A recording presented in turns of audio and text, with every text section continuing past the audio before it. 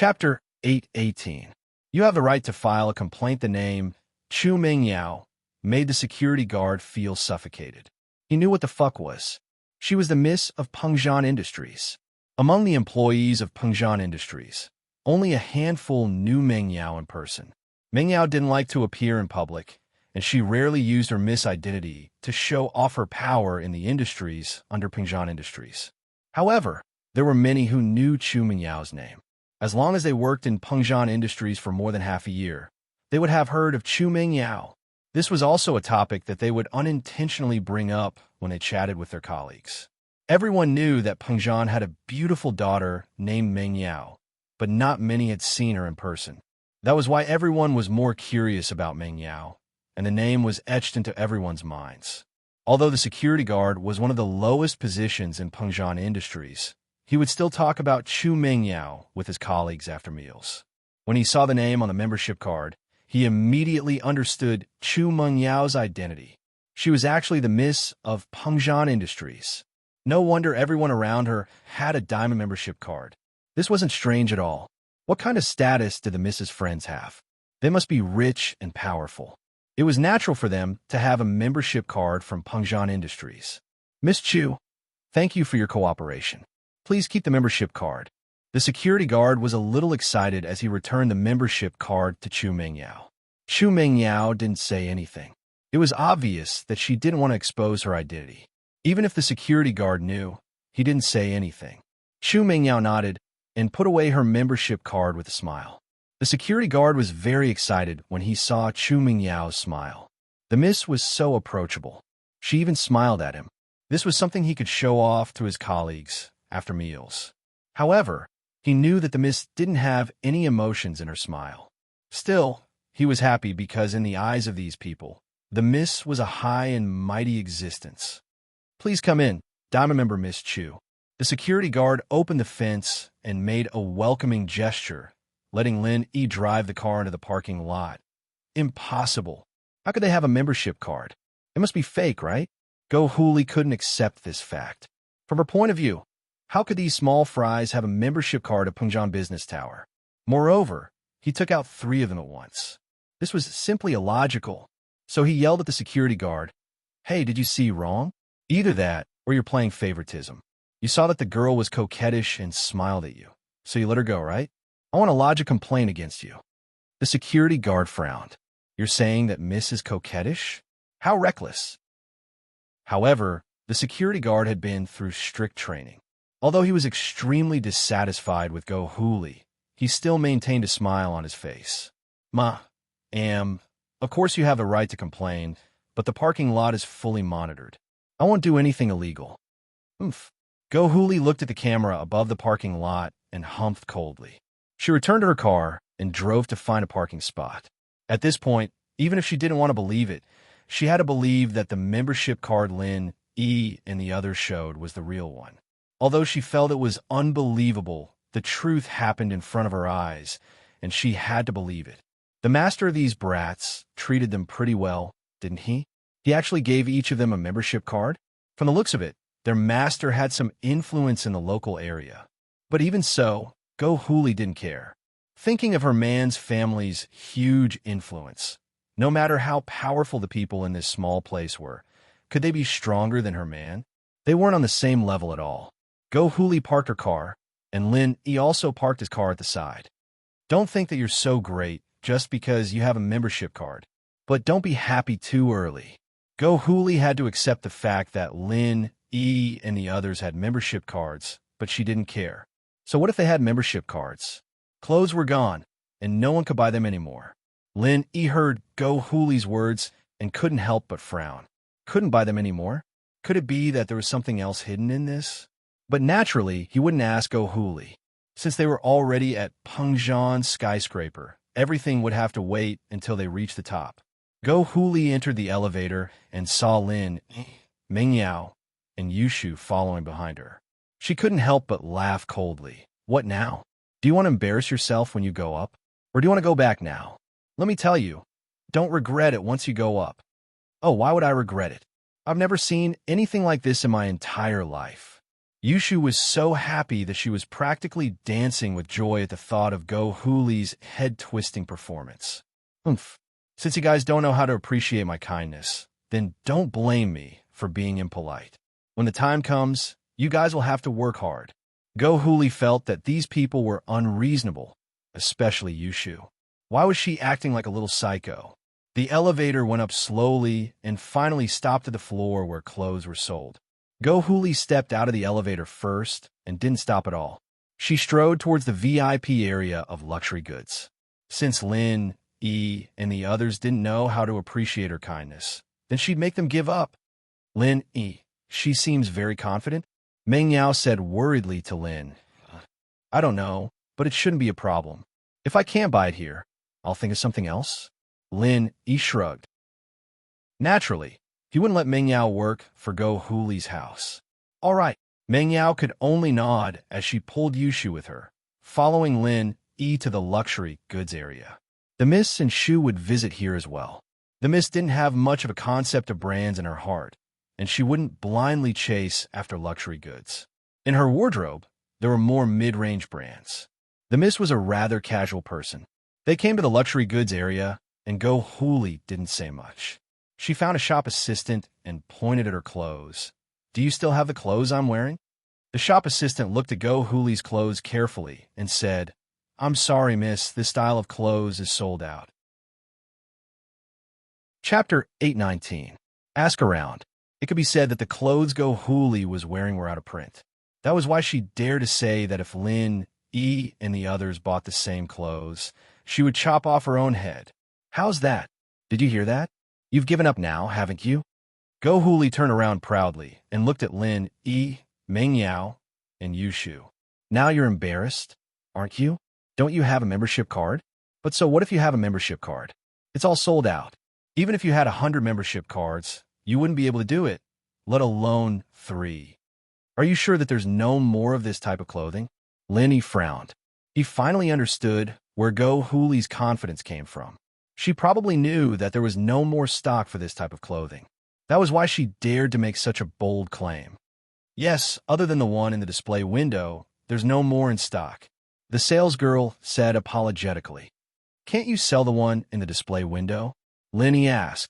I'm sorry, sir, but I don't have the authority to open the display window, the salesgirl explained. Because the items in the display window are arranged by the sales department of the commercial building, and they can only be changed periodically. Our normal salespeople and salespeople don't have the keys to the display window. Oh, I see. Linny nodded and looked at Meng Yao. Give me your membership card. Meng Yao paused, not knowing what Linny was going to do. She took out her wallet from her pocket and handed the membership card to Lin E. Lin E took the card and passed it to the salesgirl. Take this card and find the manager of the sales department. Ask him if you can sell the sample in the display window. Diamond card? The salesgirl paused and shook her head. I'm sorry, sir. Although you're a respected Diamond VIP member, we can't sell it. This is a rule set by the commercial building a long time ago, huh? You 3 servants really haven't seen the world. Go Huli laughed coldly at Lin Yi's actions. You think you can act all high and mighty just because you have a Diamond membership card? That was a mistake. I even have a Diamond membership card. But this is the rule of them all. Who are you? You think you can change other people's rules? What a joke. I've never seen people as unsophisticated as you. I don't know how your master usually teaches you. You're actually so ignorant. You think you can act cool just because you have a Diamond card? How naive. Go Huli's words were so sarcastic that even the shop assistant couldn't stand it anymore. She was just asking if the Diamond card had this privilege, and she didn't say anything else. But here she was, mocking her. Did she do anything to piss you off? Lin E didn't respond to Go Huli's words. He treated her like a mad dog, and it was a waste of time to talk to her. Just do as I say. Show this card to your sales manager, and he'll tell you if the clothes are for sale or not. Linny said directly to the shop assistant. Just do as I say. Show this card to your sales manager, and he'll tell you if the clothes are for sale. That. Okay. The salesgirl had no choice but to agree to Lin Yi's insistence. After all, this was a request from a Diamond customer. The employees of Pengzhan Industries were trained to put the customer first. They couldn't just ignore the customer's request. Even if the customer's request was unreasonable, they had to explain patiently or report it to the higher-ups. You still want to try? Try what? What a joke.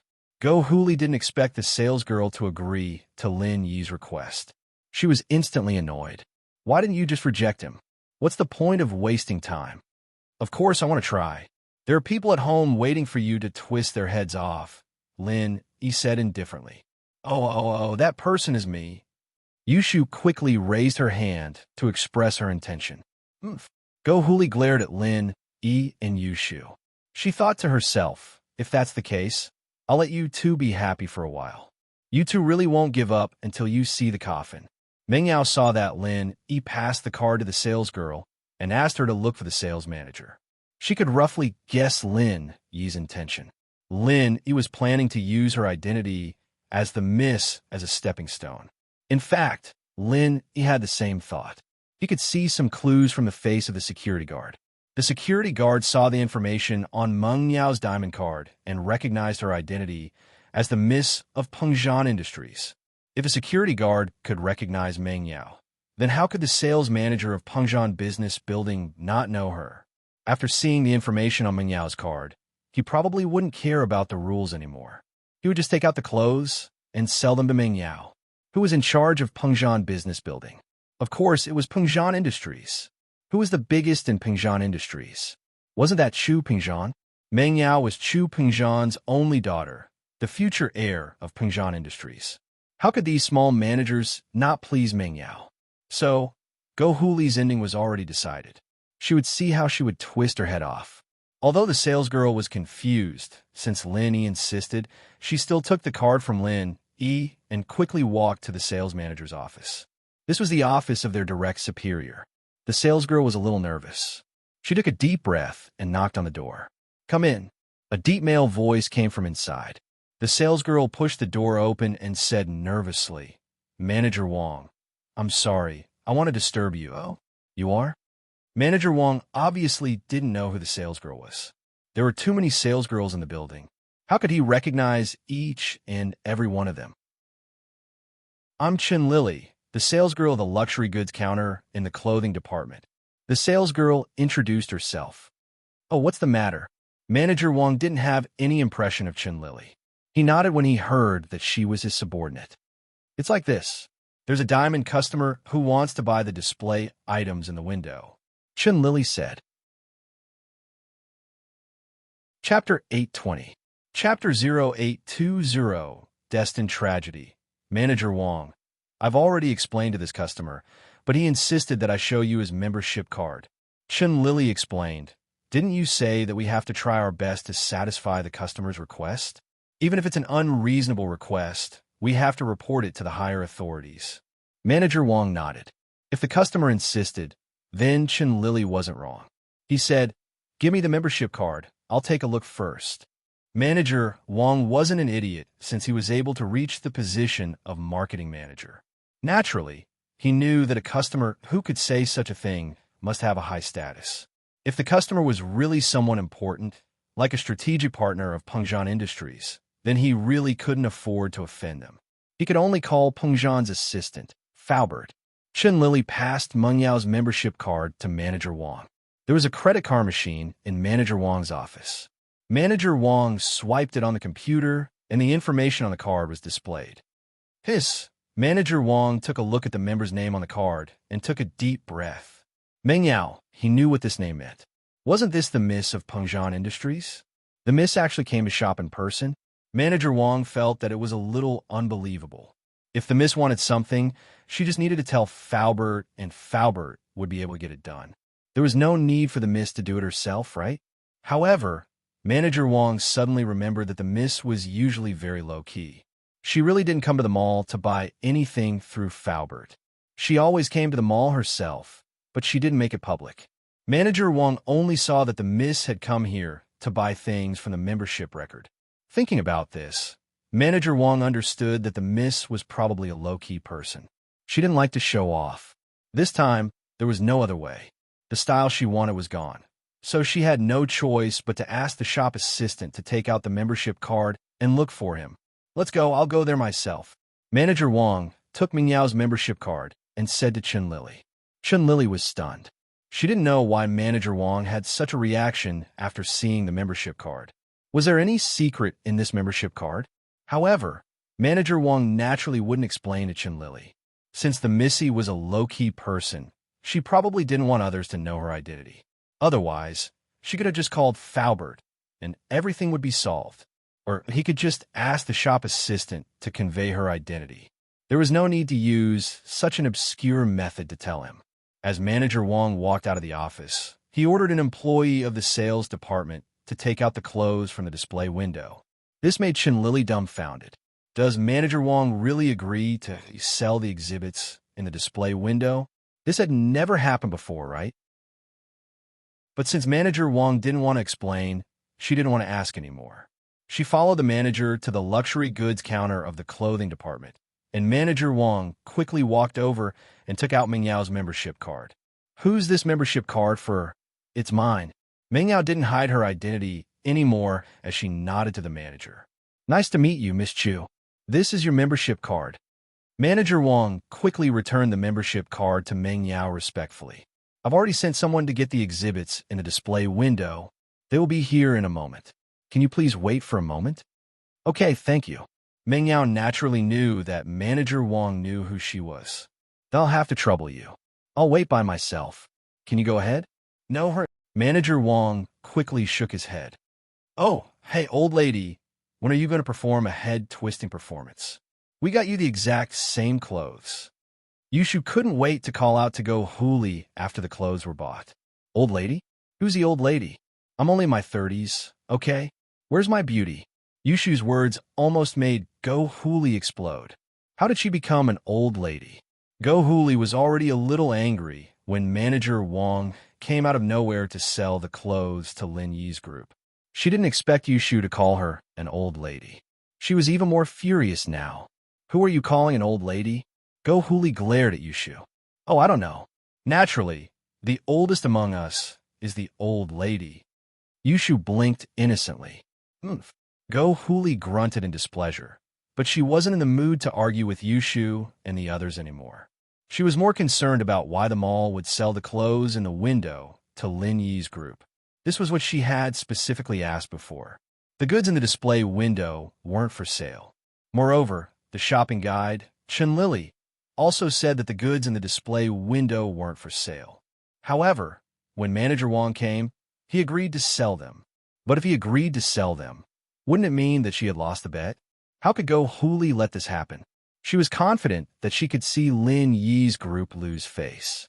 Then, she would bring them home and humiliate them. She would make them work for her.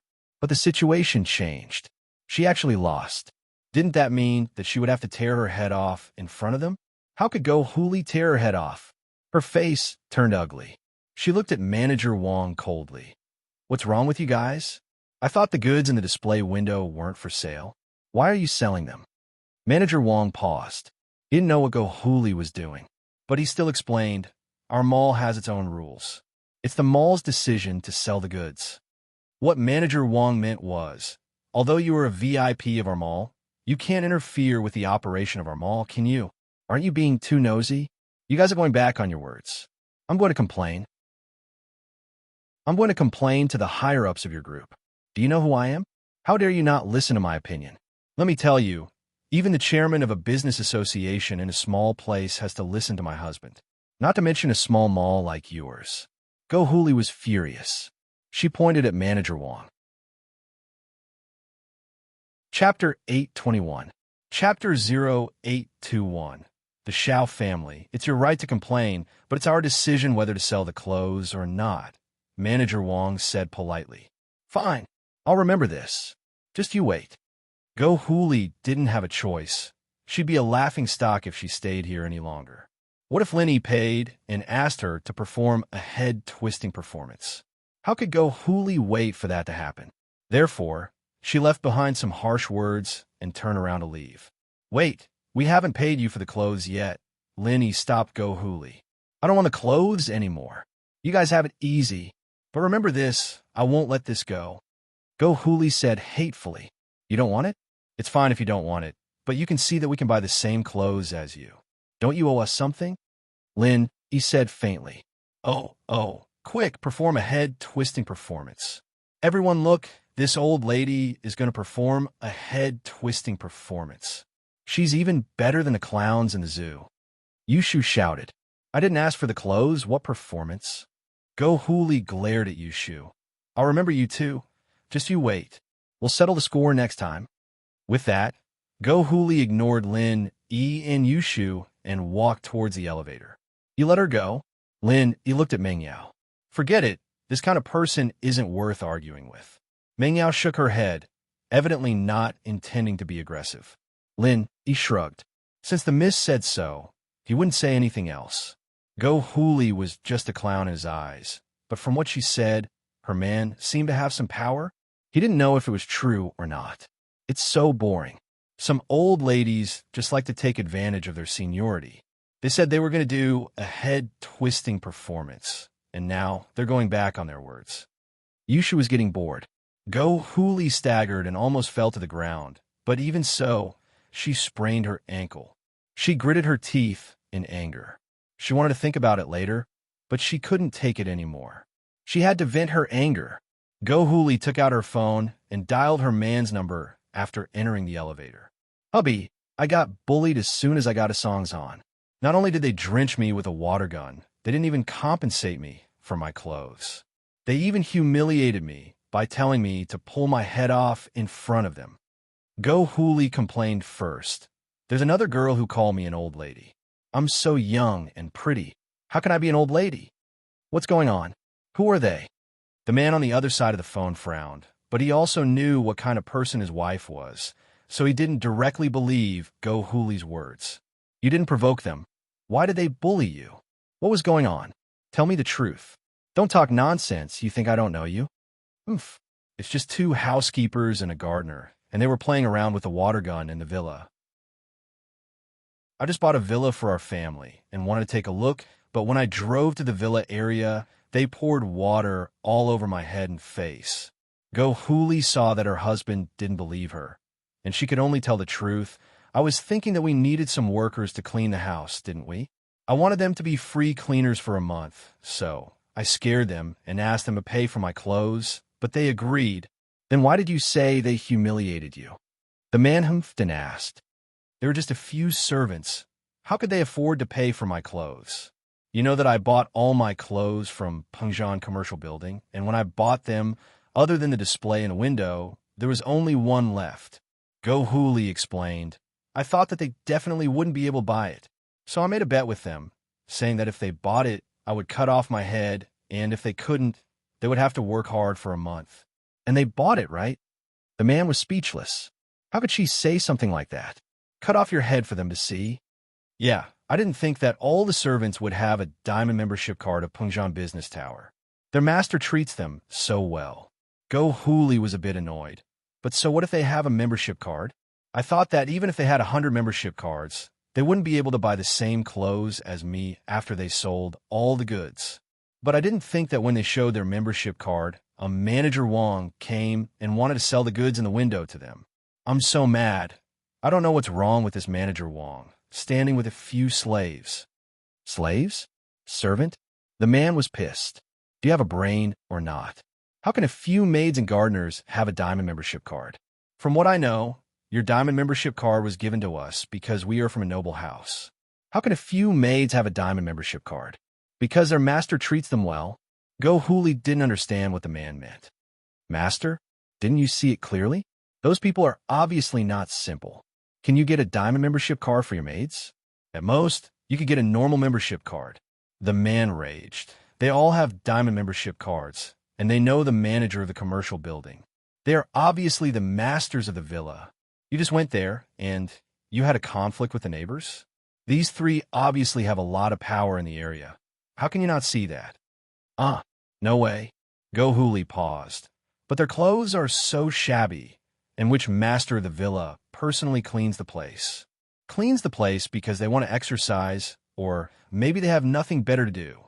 When my old man was still alive, he planted vegetables in the fields. Why don't you call him a servant? The man said angrily, You idiot, You just went there and you already made enemies. Chapter 822. Chapter 822. Chu Mingyao's identity. Alright. Stop crying. We'll talk about this when I get to Songshan. I'm in Donghai right now, and Xiaobin, and I still need to visit House Kong. We'll get revenge for you after we're done here. Xiao Ji said helplessly. Then I'll just swallow it for now. I'm being bullied as soon as I get here. What will people think of me? Cooley couldn't wait any longer. She was about to explode. She wanted to teach Lin Yi a lesson right here and now. Then what do you want to do? Xiao Ji said helplessly. I don't want to do this. Do you know anyone in Songshan? If not, find some hoodlums to teach them a lesson. Cooley said. You don't even know their background, and you're going to teach them a lesson? Xiao Ji frowned. What background could they have? They're just a couple of kids. Cooley said disdainfully. Even if they have some background, can they be compared to our Xiao family? We're a noble house in Yanjing. In a small place like this, who would dare to not give us face? Don't say that.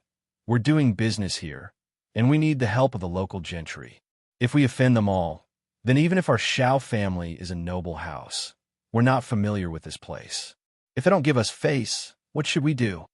Xiao Ji said in a low voice. How dare they? Uncle Pai killed him. House Xiao has a mystic class worshipper. Why would we be afraid of these upstarts? Go Huli smiled coldly and said proudly. You know that Uncle Pai is our family's worshipper. If father was here, Uncle Pai wouldn't be a problem. But now, Xiaobin and I are a level lower than Uncle Pai. Father's gone, and Uncle Pai's feelings for our family have lessened. Right now, he's relying on father's face to stay here. Otherwise, do you really think we can hire a mystic class master with that little money? Are you dreaming? Xiao Ji said. Then, what do you think we should do? I'll just bear with it.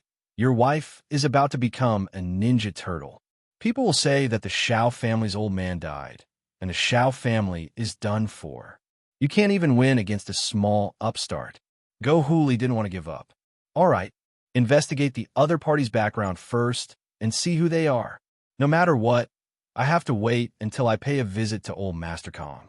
Xiao Ji said impatiently. It's not like you don't know about our Xiao family situation. To outsiders, we're one of the 4 big and 5 small families. But now, we can't even compare to the Kong family. Look at the industries in Yanjing City. How much money would be left after this sale? It could be said that our Xiao family starting a business in another city is starting from scratch. Our Xiao family is in a difficult situation now. Without the support of the Kong family, we may face a greater crisis. Don't you know that, you wastrel? Go Huli didn't know what to say. It wasn't that she didn't know, she just didn't want to accept it. She became the daughter-in-law of the Xiao family for less than 2 years.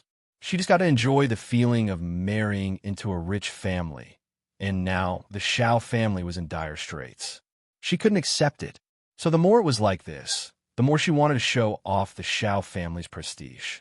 She wanted to use the Xiao family's name to fight for her face and act cool. Otherwise, she wouldn't be able to accept this.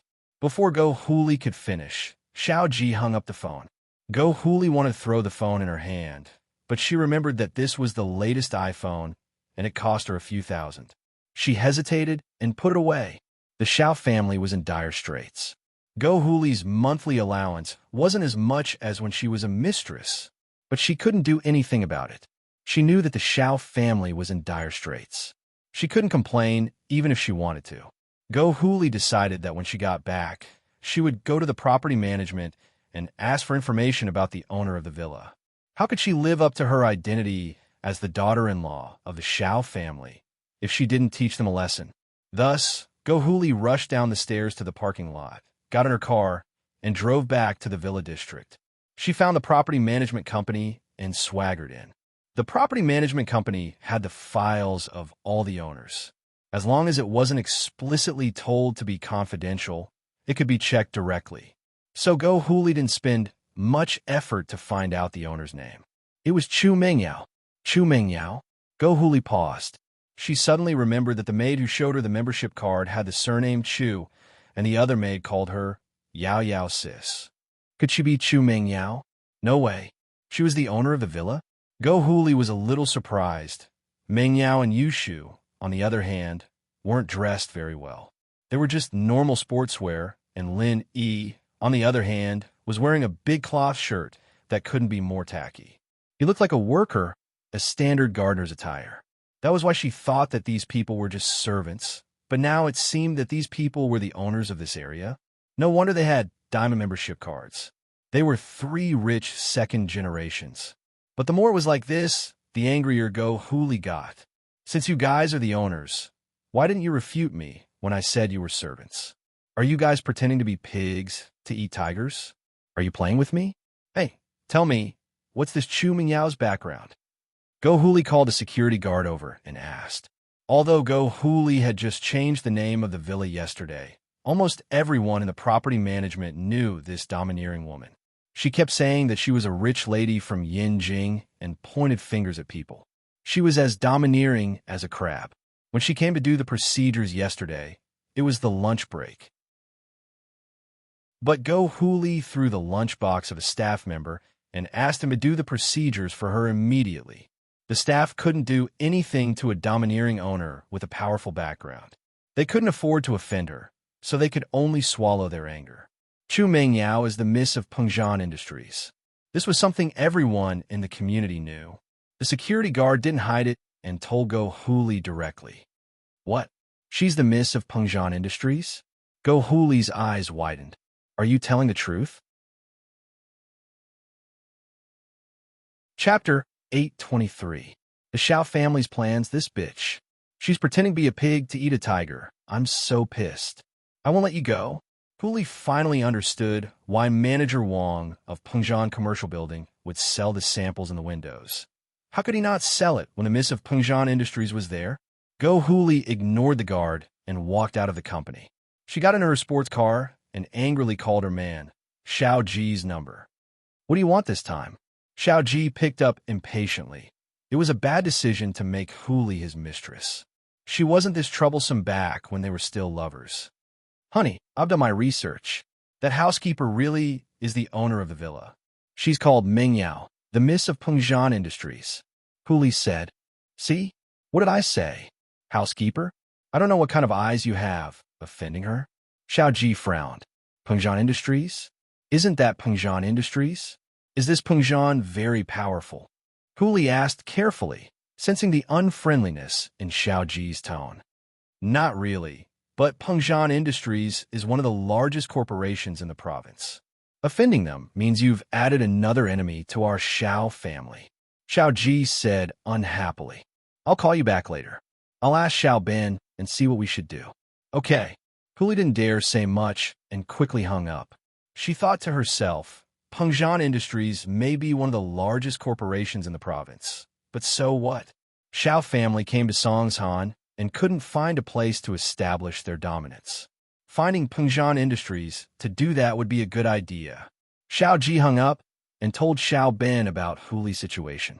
He wanted to discuss a plan with him.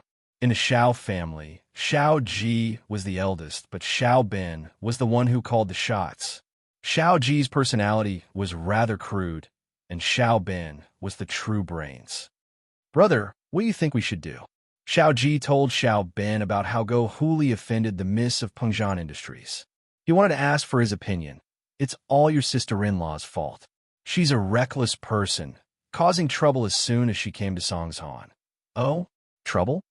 Xiao Ben shook his head and said with a smile, This is a good move. Our Xiao family is unfamiliar with this place, and the only one we have a good relationship with is the Kong family. But this is obviously not enough. A lot of companies probably don't know the reputation of our Xiao family. I was just looking for an opportunity to establish my prestige, and sister-in-law delivered herself to my doorstep. Why not? Xiao Ji didn't understand. Brother, you mean we're going to be enemies with Pengzhan Industries? We can't be considered enemies. Xiao Ben waved his hand. But it's true that we can make them bleed and cough up some benefits. What good would it do to be his enemy? Our Xiao family's foundation isn't here. Now is a time of internal and external troubles. It's not a good time to start a feud. What we need to do is to pressure Pengzhan Industries into giving in and compensating us. Then, they'll cede some of their properties to us. This way, our Xiao family won't have to start from scratch again. Brother, you're so thorough. This way, not only will our Xiao family get some benefits, but we won't have to fight Pingzhan Industries to the point where both sides lose. Xiao Ji nodded, but he was still a little doubtful. Will Pingzhan really give in? Oomph. Our Xiao family's name is right there. How dare he not give in? And we'll stick to this matter. Pingzhan didn't give Xiao family any face at all, bullying my sister-in-law. If he doesn't compensate us and doesn't cede any profits, then fine. Let's have Uncle Pai go to their house and see if they'll give in.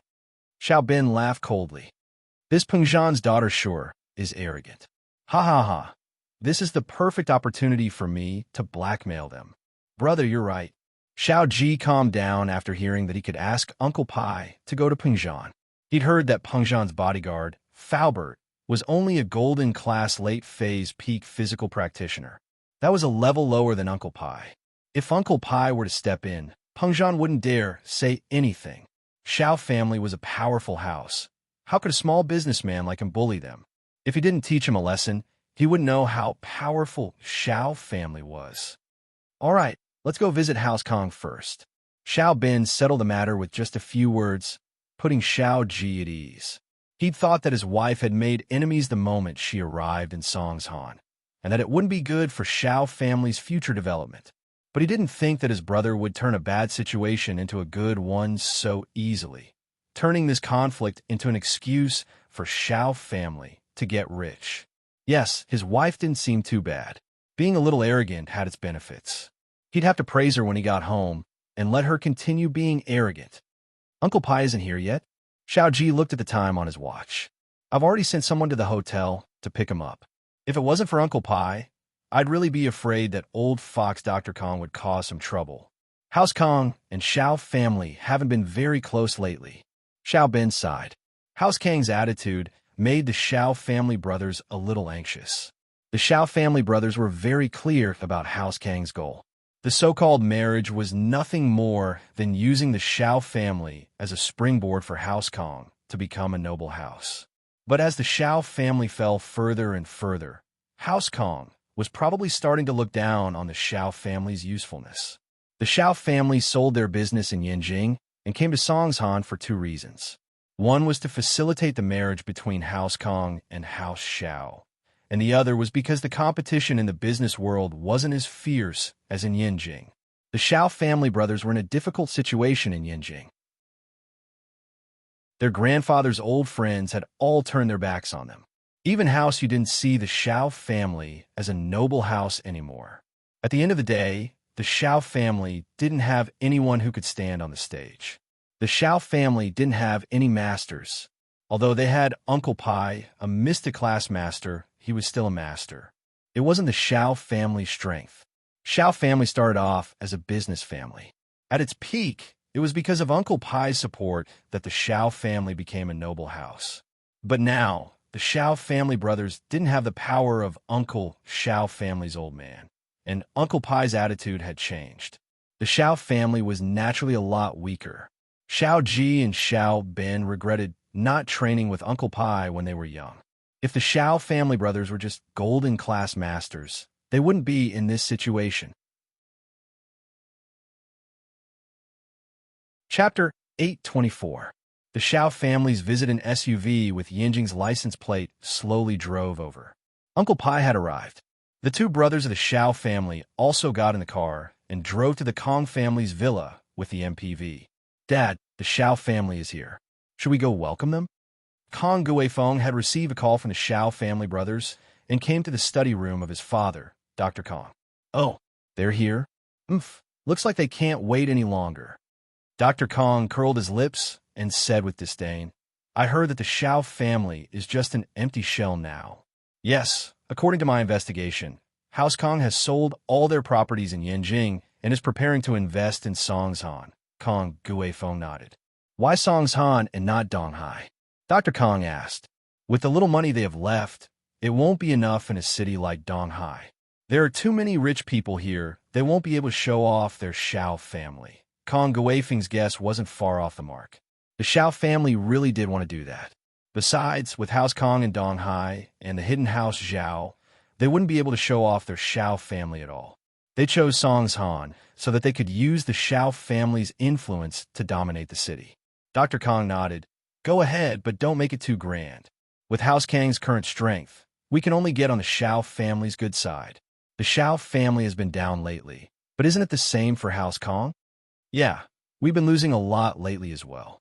Miracle Dr. Guan and Fatty Lai have set us up, Kong Guifeng said. Now we just have to see if Xiaoming can get his hands on House Guan's recipe. And right, how's Xiaoming doing? Dr. Kong asked. Zhao Qibing accidentally injured him during the demolition, but I heard that Kong Ming wanted to settle it himself and asked them to pay for it, Kong Guifeng said. As for his relationship with Guan Xin, it seems like there's no progress. Doesn't this brat always boast that he's a master at picking up girls? Why hasn't he succeeded after so long? Dr. Kong was a little anxious and then asked, by the way, is his injury serious? I'm not sure about that, but Kong Ming didn't say it himself. I guess he's fine. Kong Guifeng shook his head. It didn't take long for the Shao family brothers to arrive with Uncle Pai. Dr. Kong didn't want to show up, but when he heard that Uncle Pai was here, he ran out of his room and apologized when he saw the Shao family brothers and Uncle Pai. I'm so sorry, Elder Pai, Xiao Ji, Xiao Bin. I'm getting old and sleepy, so I fell asleep. It's fine, it's fine. Xiao Bin waved his hand nonchalantly as he stood up with Xiao Ji. We're just two juniors. How could we trouble you, Dr. Kong? We're flattered. Xiao Bin, on the other hand, was smiling coldly inwardly. You old fox, if you hadn't heard that Uncle Pai was here, you'd probably still be hiding, wouldn't you? In fact, that was the case. Dr. Kong knew how powerful Uncle Pai was, and there was no way he wouldn't give him face. Perhaps House Kong would need Uncle Pai's help in the future. At the level of a noble house, the conflicts between them couldn't be solved with normal methods. Naturally, the noble houses had their own way of solving problems, and for people like Pengzhan and Sihua, there were many things that couldn't be solved through normal channels, let alone conflicts between noble houses. And so, the way the noble houses solved their conflicts was very simple. Whoever had the harder fist would have the upper hand, and Uncle Pai, as a mystic-class physical practitioner, naturally couldn't be underestimated. Of course, Dr. Kong was all smiles as he greeted Uncle Pai. Elder Pai's presence brings light to our humble house. Dr. Kang's name is quite well known as well. Uncle Pai looked at Dr. Kong, not even standing up from his chair. He only looked at Dr. Kong, speaking faintly. His expression didn't show any signs of his name being well known at all. Dr. Kong was a little embarrassed, but he didn't dare say anything. With a laugh, he returned to his seat and started chatting with the Shao family brothers. Xiao Ji, what brings you to Donghai? Is there anything we can help you with? Haha. Actually, Dr. Kong, as you know, ever since my father passed away, our Shao family's business in Yinjing turned into a mess. My father did some stupid things before he passed away and messed up the business. Xiao Bin didn't hide it, since House Kong knew about it as well. We sold off our business in Yinjing, and we're planning to go to Songshan and rebuild the Shao family's business. That's true. Change the location, change the environment, and move closer to our House Kong. Dr. Kong nodded, smiling coldly in his heart. If it weren't for Uncle Pai, what would be left of the Shao family? Yes, and secondly, I want to ask about the marriage between our families Xinyan and Zhaolong. Xiao Bin revealed the purpose of his visit. He was desperate for a local helper. The Shao family may have the reputation of a noble house, and Uncle Pai was there, but they couldn't let Uncle Pai do everything, could they? In this way, with the Kong family's marriage alliance, many people in that place would give him face. I don't think there's a rush, right? Xinyan is only in her 3rd year of high school. Isn't it too early to talk about marriage? Dr. Kong said, Of course, I'd be happy to make this marriage happen, but Xinyan is still too young. She's not of the legal age yet, right? Haha, Dr. Kong, you're joking.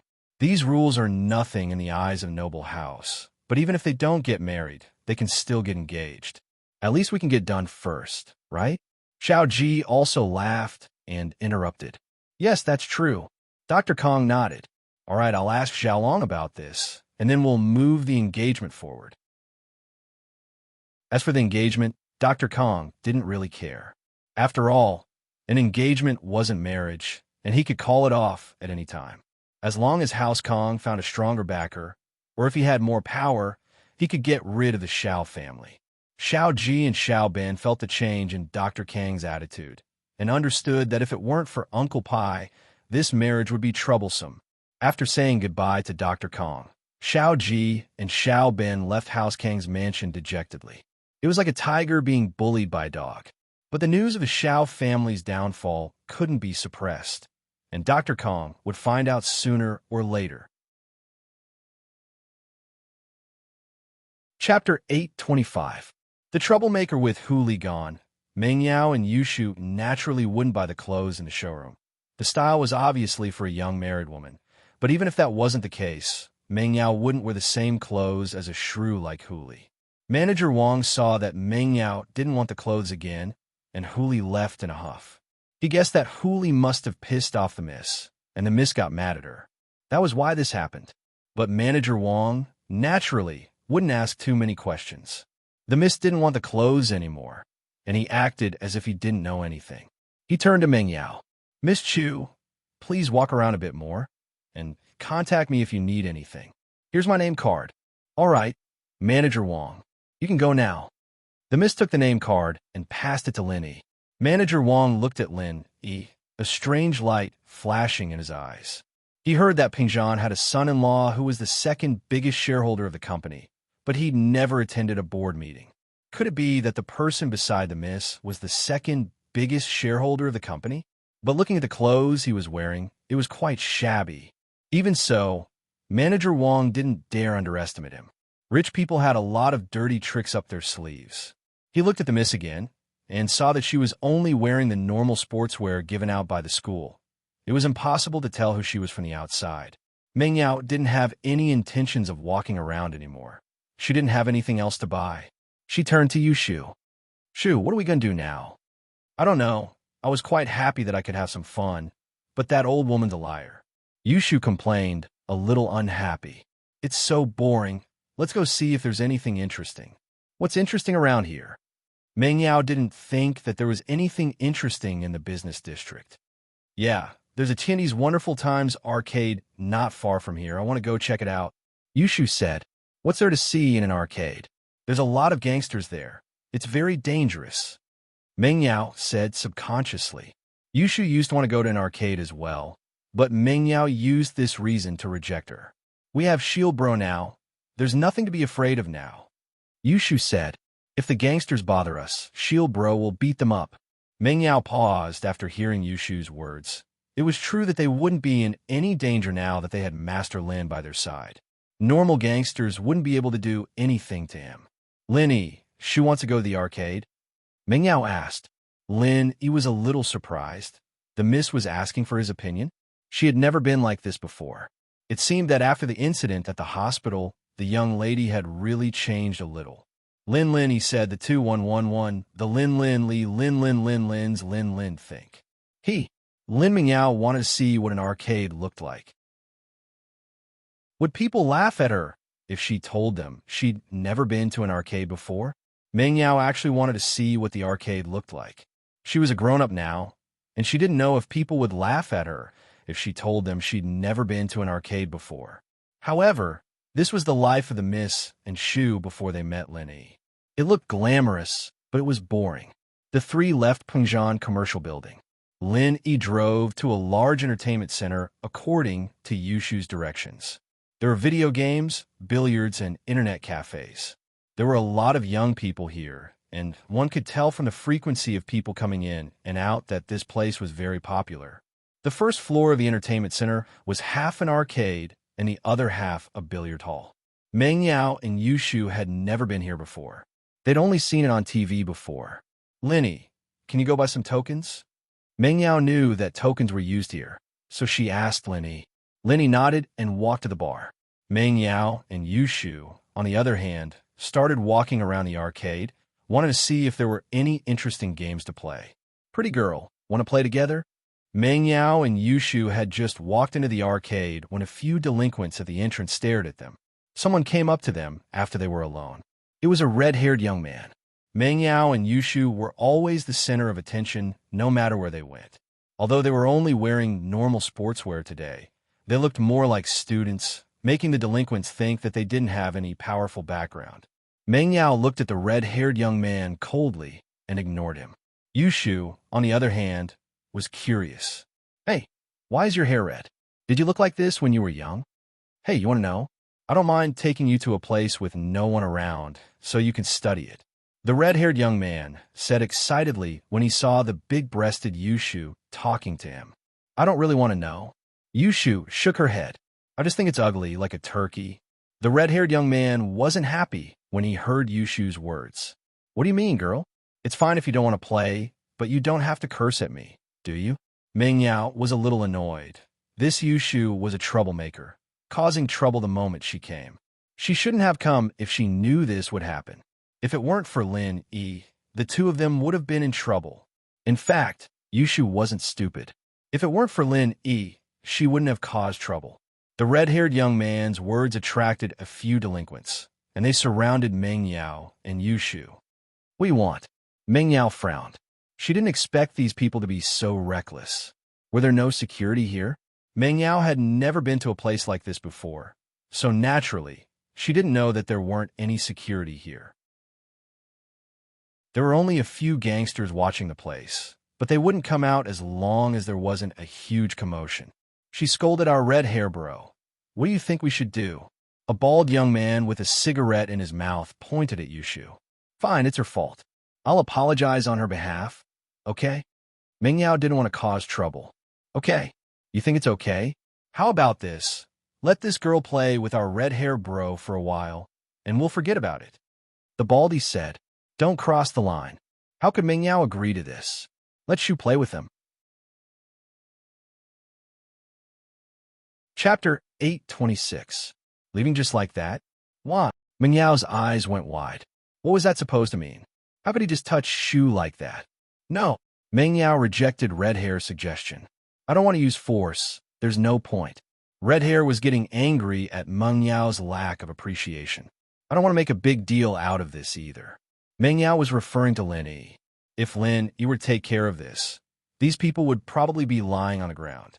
Fine, I'll give you another choice. One of you will race with me. If you win, we'll forget about this, but if you lose, you two have to stay with me tonight. Red Hair said, as if he had Meng Yao in his grasp. He thought that Meng Yao was scared after hearing her words, so he made a request that was even more ridiculous. Everyone knew that he was the racing god here, and there were few who could beat him in this simulation game. Oh, and if you lose? Lin Yi suddenly appeared behind Red Hair and whispered into his ear, giving Red Hair fright. His scalp was about to explode. He thought he'd seen a ghost. Red Hair turned around and saw Lin Yi. Kid, where did you come from? Are you trying to be nosy? I'm with them. Lin Yi said faintly. Answer me. What happens if you lose? How could I lose? The red-haired man seemed to have heard an extremely funny joke as he coldly laughed and said with disdain, since it's a competition, we have to be fair. They'll stay with you tonight if they lose, but what if you lose? Lin Yi asked faintly, ignoring Red Hair's laughter. They'll stay with me if they lose, and I'll stay with them if I lose? Red Hair laughed lewdly. If that's the case, then there's no need to compete. Let's go. Lin Yi turned to Meng Yao and Yushu. This guy's retarded. He can't even understand simple logic. There's no point in winning against an idiot like him. Oh, I think so too. Yushu nodded in agreement. She wasn't afraid of Red Hair now that Lin Yi was here. Meng Yao also covered her mouth and laughed.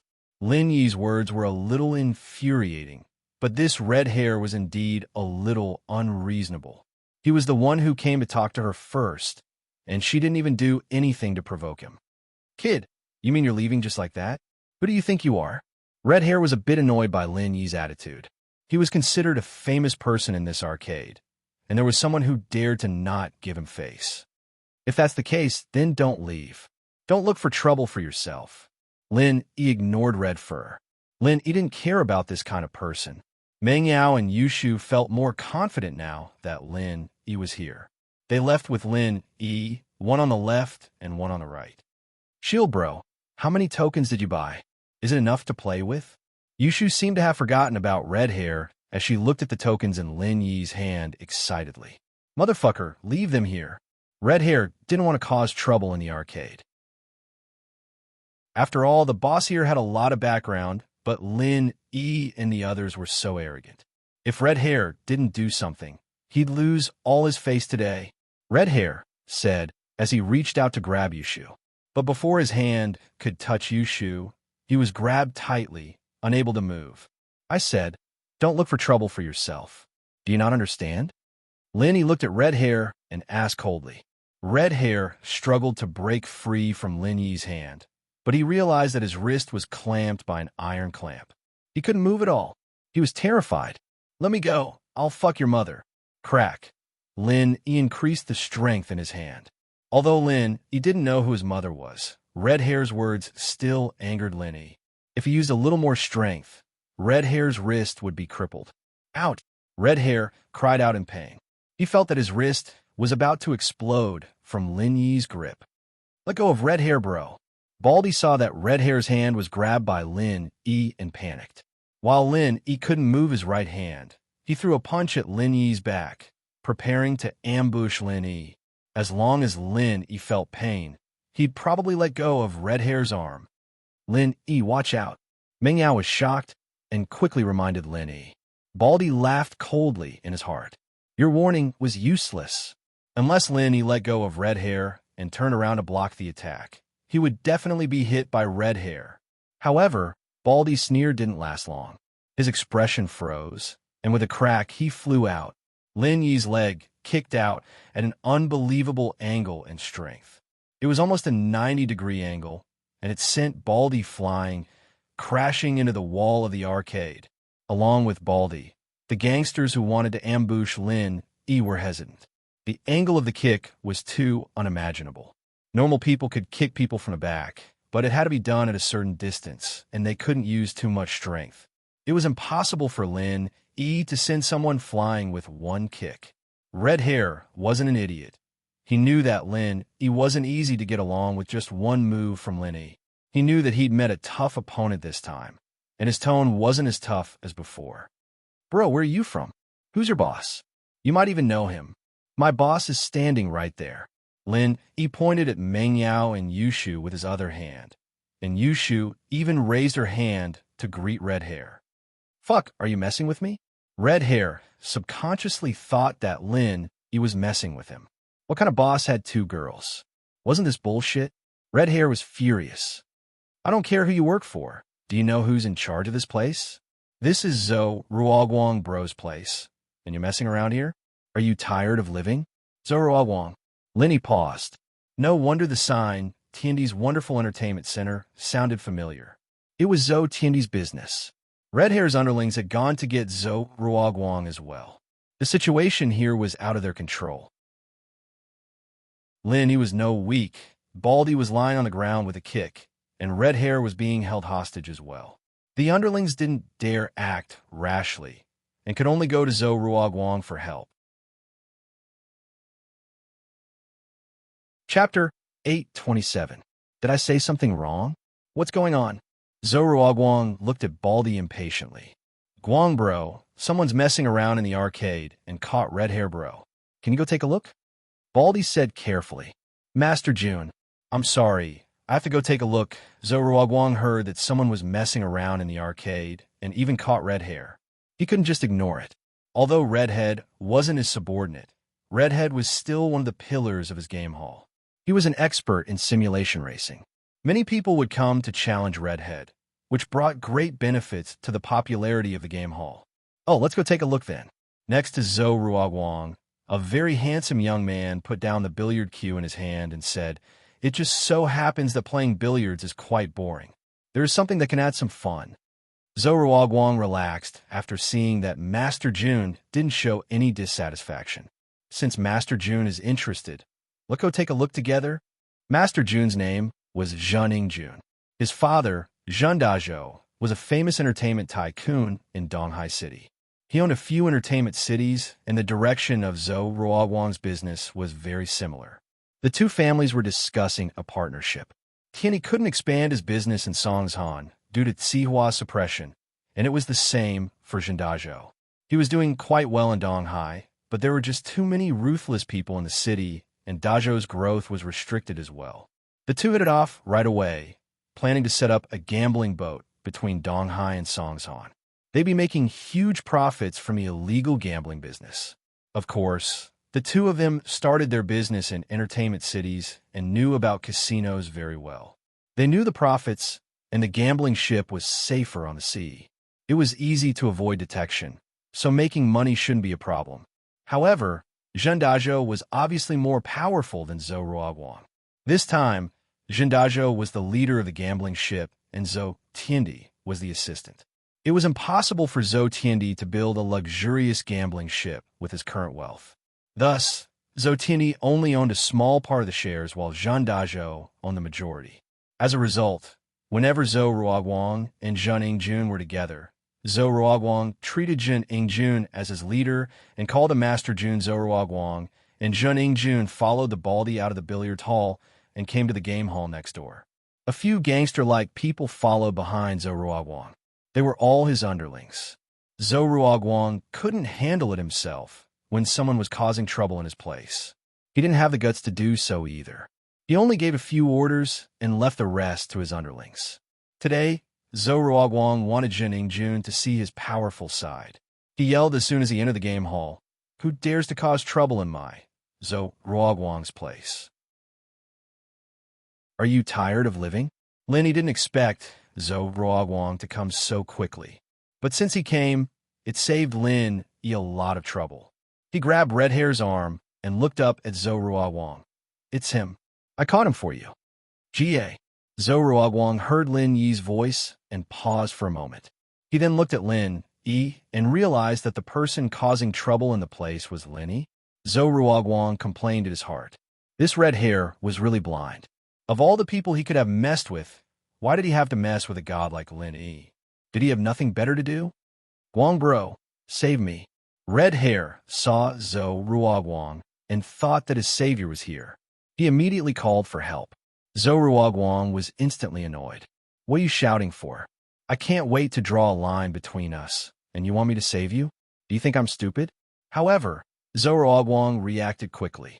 After hearing Lin Yi's words, he knew that Red Hair provoked Lin Yi. He walked down the stairs. "Red Hair, you don't look like a good person. How dare you cause trouble in my place? Go and beat him up until I can't recognize him." Which one of Zhou Ruoguang's men didn't know Red Hair? When they heard Zhou Ruoguang's order, they couldn't help but be stunned. "Beat Red Hair? Guang bro said something wrong, right?" Hence, they looked at Zhou Ruoguang in confusion. "Guang bro, did you say something wrong?" Baldy asked, puzzled. However, Zhou Ruoguang didn't bother with the bald man anymore. Instead, he said to his men, "What are you looking at? Do it. I've raised a bunch of useless people like you to drop the ball at a critical moment. Are we beating Red Hair?" Zhou Ruoguang's men finally came back to their senses and asked weakly. "Nonsense, hurry up and do it." Zhou Ruoguang couldn't care less about Zhen Yingjun anymore. In his eyes, Lin Yi was much more important than Zhen Yingjun. If he didn't handle this god well, he would be in trouble. So, Zhou Ruoguang ran over respectfully. "Hayashi Lin, you're here?" Zhou Ruoguang's words stunned everyone, especially Red Hair and Baldy. They looked at Zhou Ruoguang dumbfoundedly. He knew Lin Yi, and wasn't the way he addressed him a little too? Yushu almost burst into laughter when she heard how Zhou Ruoguang addressed Lin. Shield bro, how did you become a god?" "I don't know." Lin Yi shook his head and let go of Red Hair. Red Hair didn't dare to do anything to Lin Yi anymore. His face was full of shock. No matter how stupid he was, he could tell that Zhou Ruoguang was very respectful towards Lin Yi. He was afraid of getting beaten up, so he begged with a bitter face. "Guang bro, I'm sorry, I was wrong. I shouldn't have caused trouble. Drag him away." Zhou Ruoguang was afraid that Lin Yi would be angry and didn't have time to waste with Red Hair. He waved his hand, and his men dragged Red Hair away. "Hayashi Lin, I'm really sorry. There are always some blind hooligans in this place. Please don't mind them. Zhou Wang said carefully with a smile on his face to Lin Yi. Oh, your family owns this place. Lin Yi didn't mind. He wouldn't mind even if Zhou Wang didn't come. At most, he'd just knock red hair out. Yeah, I was playing pool when I heard that you, Hayashi Lin, were here, so I came over to see if there was anything I could do for you. Zhou Wang asked carefully. Oh, there's nothing else for you to do, go play. Lin Yi waved his hand, signaling Zhou Wang to leave. He didn't have much to say to Zhou Wang, and Meng Yao and Yu Shu wouldn't have a good time with him around. Chapter 828. Young Master Jun's thoughts. He didn't know Meng Yao and Yu Shu, and Zhou Ruoming didn't mention anything about it at home. So Zhou Wang didn't know who they were and thought that they were Lin Yi's friends. However, he didn't think much about it, and only thought that they were just normal friends with Lin Yi. Since Lin Yi didn't talk to them intimately, and Lin Yi already had a girlfriend, Zhou Wang wasn't as respectful to them as he was to Tang Yin. He only greeted Lin Yi and left. Zhou bro, you know that guy? What's his background? Why are you so respectful to him? Zheningjuan's eyes stayed on Meng Yao and Yu Shu as he asked jealously towards Lin Yi. With his years of experience in picking up girls, he knew that these two girls were the best. One was pure and beautiful, while the other was petite and cute. Although they were only wearing normal sportswear, it couldn't hide their beauty. Zhou Wang was slightly older than Zheningjuan, so Zheningjuan called him Zhou bro. He's Lin Yi. He's very good at martial arts and not easy to mess with. Zhou Wang felt that his words made him look weak, but he couldn't be strong in front of Lin Yi. Good at martial arts? What's the use of that? Zhen Yingjun said in disdain. No matter how good he is, he can't fight against many people. You don't need to give him face. Many people? Zhou Wang smiled bitterly. Let's put it this way. Even our golden class master, Uncle Yin, was injured by him. He's aggressive and doesn't have a future.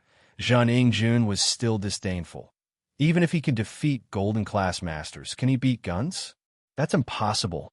Zhen Yingjuan's family was also involved in the underworld, and it wasn't a small one. They were much bigger than Zhou Tiandi, and they had a lot of illegal guns in their hands. To him, martial arts were all useless. In front of guns and cannons, it was nothing.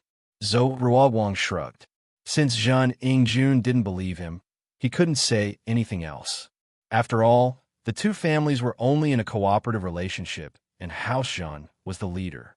It wouldn't make sense if he said too much. Those two girls aren't bad. Are they his women? Zhen Yingjun asked eagerly. That doesn't seem to be the case. Zhou Ruoguang shook his head. Lin, he has a girlfriend. I've seen her before. Oh, so they're just friends. Zhen Yingjun nodded. I like these two girls. Master Jun, it's fine if you use normal methods, but don't use force. I'm afraid that Lin Yi will interfere. Zhou Ruoguang had to remind Zhen Yingjun. I know Zhen Yingjun, have picked up countless girls. It's just two little girls. Isn't it a piece of cake?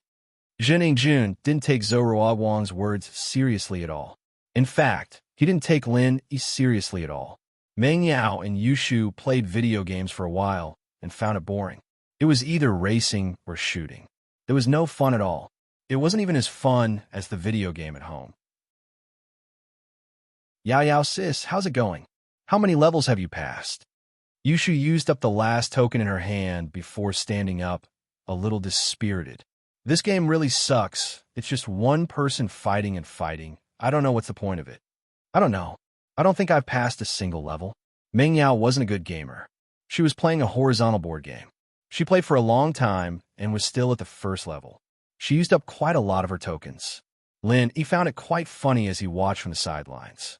This arcade was just trying to trick newbies like them out of their money. After all, most people only needed one coin to cycle through, and they wouldn't even be able to afford the electricity bill, let alone make money. It's boring. Let's go to another arcade. Yu Shu stood up and gave up on playing. Okay. Meng Yao came here with the thought of widening her horizons and gaining more experience. It didn't matter if the game was fun or not. Lin Yi didn't play and only followed behind Meng Yao and Yu Shu. Although Lin Yi hadn't played many games before, Most of them tested a person's reflexes. It wasn't a difficult task for Lin Yi. There are many people over there. Let's go check it out. Yushu noticed that one corner of the arcade was unusually crowded, with some people cheering and crying out in frustration from time to time. Lin Yi, Meng Yao, and Yushu walked over and saw that it was a few gambling machines. There were many different types of machines, but all of them were related to gambling. This kind of thing was illegal, but the profits were huge. This was the main source of income for many arcades. It wasn't strange for Zhou Ruoguang to go against the law. There are people who won money here, but most of them lost more than they won. Only a small number of people won a small amount. Most people were dejected. Big sis Yao Yao, this seems to be fun. Let's go try it. Yushu felt that this was much more fun than those monster-killing games. Shu, this looks like gambling. You can't go. Meng Yao, on the other hand, understood the nature of the machine. It's just for fun. It's not like I'll get addicted to it. Yushu was curious. Let her try it. Lin Yi wasn't worried about Meng Yao and Yushu's self-control. The two girls didn't have any bad habits, and they weren't addicted to anything. Lin Yi felt that Yushu was only interested in it for a while. She'd get bored after a few times. After all, they didn't lack money, and they didn't love it. It was hard for them to enjoy the excitement of winning and losing money. Oh, Shield Bro said it's okay. Yushu looked at Meng Yao with puppy eyes. They'll take these last few tokens. You can't play anymore if you lose them. Meng Yao hesitated before passing the remaining tokens to Yushu. Yushu took the tokens and happily went to play with the machines. Winning with just a few tokens wasn't realistic, and it was just as Lin Yi had predicted. Yushu put in 4 or 5 tokens, but they were all like rocks in the ocean. She only had 1 token left. Ah, that's it. Yushu looked at the last token in her hand, unhappy. At least let me win once, right? Chapter 829. To be tempted. All right, Shu, this is the last token. Don't play this anymore. Meng Yao had expected this result, so she didn't show any special expression on her face. Meng Yao was born in a wealthy family, and she'd heard about her uncles going to Macau to gamble. Most of them lost money and came back disappointed. She'd learned from a young age that gambling was mostly a scam. Yushu put her last token into the machine unwillingly, but it didn't end well in the slightest. The machine swallowed the token once more. Yushu was very angry at the sight of the token being spat out by someone else's machine. She kicked the machine in front of her. Bang! The machine didn't budge at all, and Yushu's ankle was hurting from the pain. What kind of trash is this? It's a scam. I'm called the unbeatable Luck Shu. Why haven't I won even once? All right, Shu. I told you that these things are scams. You don't believe me. Meng Yao smiled. You lose 9 out of 10 gambles. Don't touch these things anymore. Oh, Yushu agreed with Meng Yao, but she wasn't satisfied. Chill, bro. Help me beat it up. Huh? Lin Yi looked at the machine with a weird expression on his face. He pointed at himself, and then at the machine. This? Yeah. Yushu nodded. Huh? Yushu's words made Lin Yi's heart skip a beat. He walked over and gave the machine a kick. The circuit inside the machine was very simple, and the machine itself was very light. Lin Yi's kick made the machine bounce on the ground, and Lin Yi's kick broke it as well. Tokens started falling out of the machine. Yushu's kick, on the other hand, couldn't compare to Lin Yi's. This is the only way to win money with this kind of thing, Lin Yi said as he pointed at the gambling machine that kept dropping game coins. This kind of thing was originally illegal, so Lin Yi didn't have any psychological burden when he destroyed it. Oh, he finally spat out the coins. Chill Bro is the best. Yushu, on the other hand, didn't really care about the coin she'd lost earlier. She was just a little pissed off, as if she'd been tricked by a scammer. Now that Lin Yi had avenged her, she couldn't help but scream happily. Lin Yi's kick scared the nearby players silly.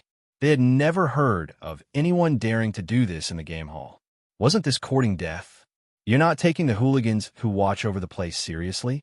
However, when these people saw that it was Lin Yi, they didn't say anything.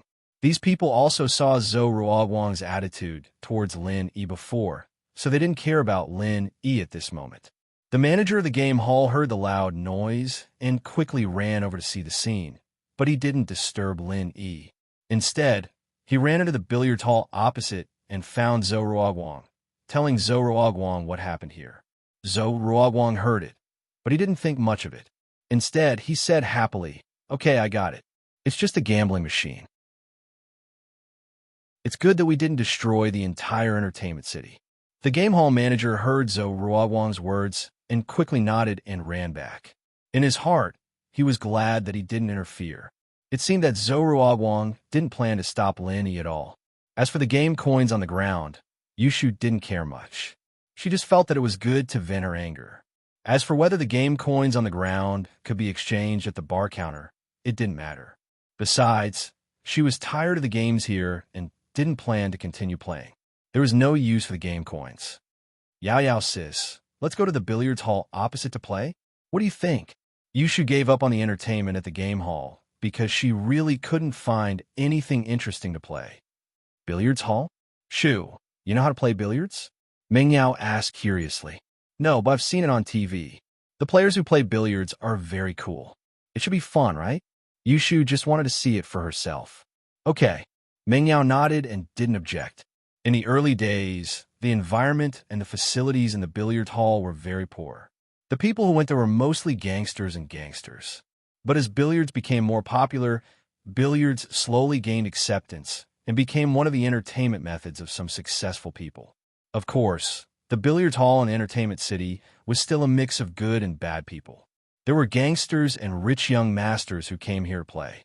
As for the successful people, they had their own clubs and didn't need to come to a public entertainment city like this.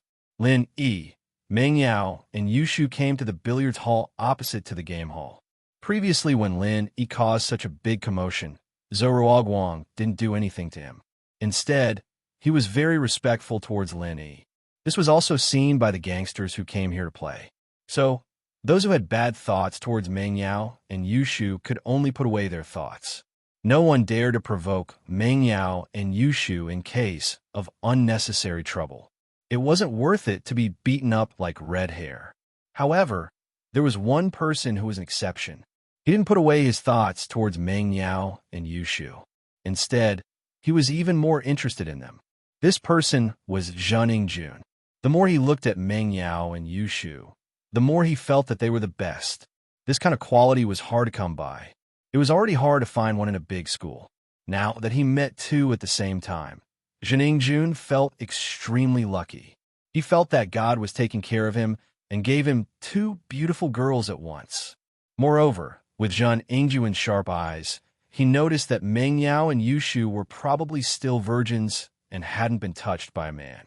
Girls like them were the best of the best. Zhening Jun felt that if he didn't do something to them, he would be letting God down. Zhou Ruoguang also noticed Zhening Jun's infatuated gaze and frowned. To be honest, he didn't want to offend Lin Yi. He knew that Lin Yi was someone he couldn't afford to offend, and this Zhening Jun was someone he couldn't offend either. He heard that House Zhen was very powerful in the Donghai region and had a famous gang with firearms. Everyone in the gang had a gun. They were real gangsters, and a gangster like Zhou Ruoguang couldn't be compared to them. Chapter 830. Billiards, of course, why? Are you still afraid of that, Lin Yi? Zhening Jun said in disdain. Since you're not his girlfriend, what does it have to do with him? Plus, I already know I don't need to force it. We're in Songzhan City. I'll give face to your Zhou bro. To be honest, Zhening Jun didn't put Lin Yi in his eyes at all. What Golden Division Master, Green Division Master? In the eyes of his father's firearm team, wasn't he just trash? Did he need to be so careful with someone who could be killed with one shot? Zhou Ruoguang couldn't do anything about Zhening Jun's insistence. Luckily, as long as Zhening Jun didn't force it, Lin Yi wouldn't blame him. Zhou Ruoguang could only protect himself. As for whether Zhening Jun could provoke Lin Yi, it was none of Zhou Ruoguang's business. They were just cooperating anyway. Lin Yi asked for a pool table, paid the money, and sat quietly on the side, watching Yushu and Meng Yao play. Although it was their first time playing billiards, they had also watched some billiards games on TV, so they could imitate the postures and so on. As for the rules, the two of them didn't know much. However, The two of them weren't professionals, so there was no need to play according to the rules. As long as the two of them each had a suit, then they would take turns to play. Whoever hit the ball of their suit into the hole first would be the winner. Jun looked at Meng Yao and Yushu, who were playing pool, and his heart itched. He thought of a way to strike up a conversation and walked over. "Two beauties, do you need a pool coach?" Jun tried his best to make his smile look more sincere. He could tell from the sidelines that both Meng Yao and Yushu were noobs at billiards. It was their first time playing the game, after all. That was why he'd come up with this method. Meng Yao looked up at Jun indifferently. She was curious. Didn't he see what happened to the red hair? How dare you come over to strike up a conversation? Yushu, on the other hand, didn't think too much about it. She was having fun and scored a few balls by luck. She was displeased when Jun interrupted her. She frowned and waved her hand. "I'm good. I don't need you to teach me." Jun didn't give up and continued to introduce himself. "I'm Jun, the vice president of Donghai City's Billiards Association. I've won many awards in the billiards competitions in the province." "Oh." Yushu froze and looked at Jun before turning to Meng Yao. Yao, sis, what did he say?" "He said that he's really handsome." Meng Yao was a little speechless. How could someone with such a big face say that he was handsome the first time they met? Did this guy have any shame? Handsome? He doesn't look that handsome. He's not even as handsome as Shield Bro. Yushu looked at Jun carefully and waved her hand impatiently. "Hey, move away! Don't get in my way." Jun was enraged. How dare these two girls ignore him? In the billiard scene in the province, how many people didn't know of Jun's name? However, he suddenly remembered that it was their first time playing billiards, so it was normal that they didn't know his name. He suppressed his anger and continued. "My name is Jun, not because I'm really handsome." "Oh, I see. At least you know your place. But if that's the case, why don't you change your name to Jinnanan?" Yushu asked curiously. "Ahem. Let's not talk about that. Let's talk about billiards first." Jun was unhappy. "Even if I'm not really handsome, I'm not really ugly. With my looks, I'm one of the most handsome guys out there, right?" He didn't want to talk about this topic anymore and changed the topic back to billiards. "Billiards shouldn't be played like this. It should be played like this. You're so annoying." Yushu was annoyed that Jun was making a fuss beside her. "I'm the queen of billiards. Do I need you to teach me? Stop being a nuisance. You're not good enough to teach me?" "How am I good enough?" Jun was angered by Yushu's words. He wasn't stupid. Since Zhou Wang said that Lin Yi was good, he wouldn't provoke Lin Yi openly. After all, he was alone and wasn't a match for Lin Yi. So, he maintained a normal attitude when hitting on girls. He didn't want to force himself like red hair. "I'm the vice president of Donghai City's Billiards Association." "Oh, there are many vice presidents who lost to me." Yushu really felt that Jun was a little annoying. She knew what he was thinking, but he was gentle in his approach, so Yushu couldn't do anything to him. "What?" Jun was infuriated by Yushu. He thought that he was very good at billiards. Although he came here to pick up girls, how could he be willing to accept someone insulting his best skill? In Donghai City's Billiards Association, he was the center of attention. Now that he was here, a beginner dared to talk to him like that. It was a huge insult. "Fine. Do you dare to compete with me?" Jun suppressed his anger and asked Yushu. "Why should I compete with you?" Yushu asked back. You." Jun was speechless. Yushu's question was hard for him to answer. That's right. Why did Yushu want to compete with him? "All right, don't interrupt me." Yushu didn't bother with Jun anymore. She waved her hand and continued to play with Meng Yao. Lin Yi saw all of this, but Lin Yi didn't intervene. Although Jun showed his bad intentions towards Yushu and Meng Yao, he didn't do anything over the line. So, Lin Yi didn't have to step in. Meng Yao and Yushu could deal with this kind of situation by themselves. If Lin Yi had to handle everything himself, even something as simple as this, then Meng Yao and Yushu would really be like flowers in a greenhouse, and it wouldn't be good for their growth at all. He had to leave eventually. He couldn't protect them forever, could he? Although Lin Yi had the urge to protect these two beauties for the rest of their lives. Lin Yi knew the difference between ideals and reality. Let's not talk about whether Tang Yin would agree or not. Even if Tang Yin agreed, he couldn't let her live with Miss and Yushu, right? Then he could bring the old man over, live happily together as a family, live a carefree life from now on. Chapter 831. The billiards ball, however, Yushu and Ming Yao's way of dealing with the problem wasn't right. Angering the enemy wasn't the way to solve the problem. Was it because he was with Yushu that he was fearless? Lin Yi always thought that Yushu wasn't an idiot. Instead, she was very smart. Yushu might have angered Jining Jun because he was with her. 10,000 yuan for a match. Do you dare? Jining Jun was enraged that his proudest skill was ignored. But we didn't bring that much money. We can't compete with you. Yushu said regretfully, I don't need your money. If you lose, you just have to admit that I'm good at billiards and learn from me.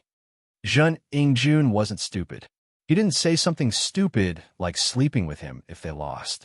He thought that he had to do it step by step. Oh, Yushu thought about it and felt that it was a good deal.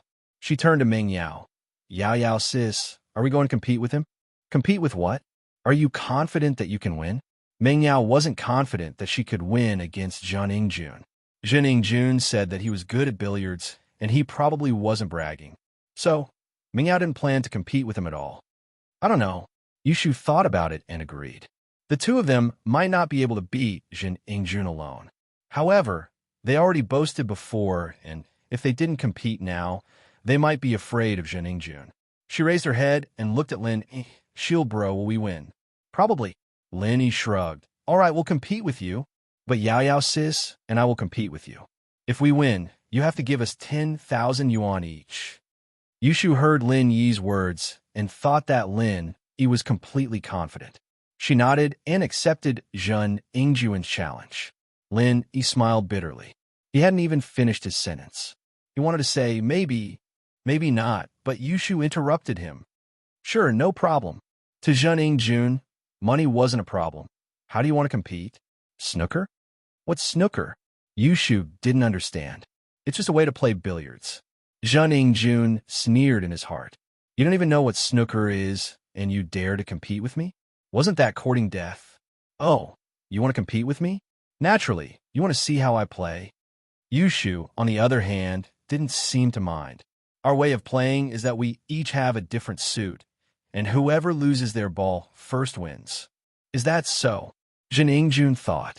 This was similar to billiards, but there were no rules of adding or subtracting points. But it didn't matter. He could easily win against these two girls this way. Sure, we'll play the way you want us to play. As the saying goes, an expert will know once he makes his move. Although Ming Yao and Yushu didn't like Jining Jun, he had good skills. As soon as the game started, Jining Jun scored all the balls in his suit without any suspense. Ming Yao and Yushu only scored one ball, and it was by luck. How is it? Jining Jun didn't think that he would win so easily. These two were obviously rookies. They didn't have any skills at all, and were just playing randomly. It's always best of three. You only won one. What's there to be proud of? Yushu was dumbfounded. Didn't Shield Bro say that she could win? How did she lose? He couldn't help but turn to Lin Yi anxiously. Sure, best of three then. Jining Jun didn't mind. With Ming Yao and Yushu's skills, they would definitely lose even if they played 100 rounds. He didn't care if he won 1 or 2 rounds. He felt that he had the victory in his hands, and he wanted these two girls to accept their defeat wholeheartedly. For the next round, I will play 1 round, and you two can play 1 round each. As long as the two of you hit your suit into the bag, it'll be your victory. After winning 1 round, Jining Jun knew Ming Yao and Yushu's true skills, so he didn't mind bragging. Okay, Yushu didn't have much confidence this time. She hoped that Lin Yi could help her turn the tables, but Lin Yi didn't appear in the end, so she lost without a doubt. Lin Yi had no choice but to walk over and place his hands on the table. What are you doing? Jining Jun didn't think that Lin Yi would suddenly intervene. He had always been a gentleman and didn't use force, so why did Lin Yi want to interfere? Nothing, I'm just here to watch. Lin Yi said indifferently. What? Can I watch you guys play? I want to see if you cheated. Sure, go ahead, watch as you like. Zhang Yingjun heard that Lin Yi only wanted to watch, and Lin Yi said that he wanted to see if he cheated. So Zhang Yingjun ignored Lin Yi. What could he see? Moreover, if he'd chase him away, it would look like he cheated. Before, Zhang Yingjun thought that Lin Yi wanted to replace Meng Yao or Yu Shu, and he wouldn't agree because he didn't know how good Lin Yi was. Who knew if he was a master of pool or not? How could he let Lin Yi ruin the beauty he was about to get? However, Lin Yi didn't want to interfere, and Zhang Yingjun didn't care anymore. He said to Meng Yao and Yu Shu, "You guys can start first. I'll give you 3 shots."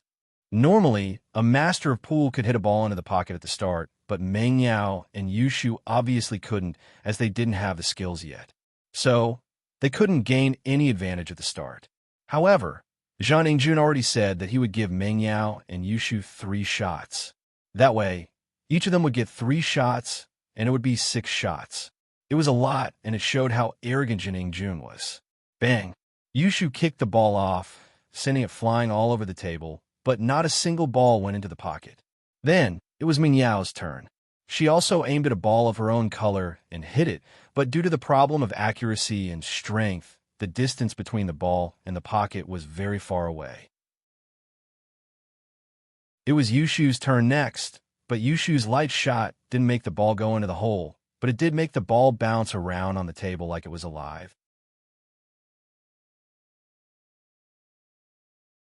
Chapter 832. Once I do, you're done.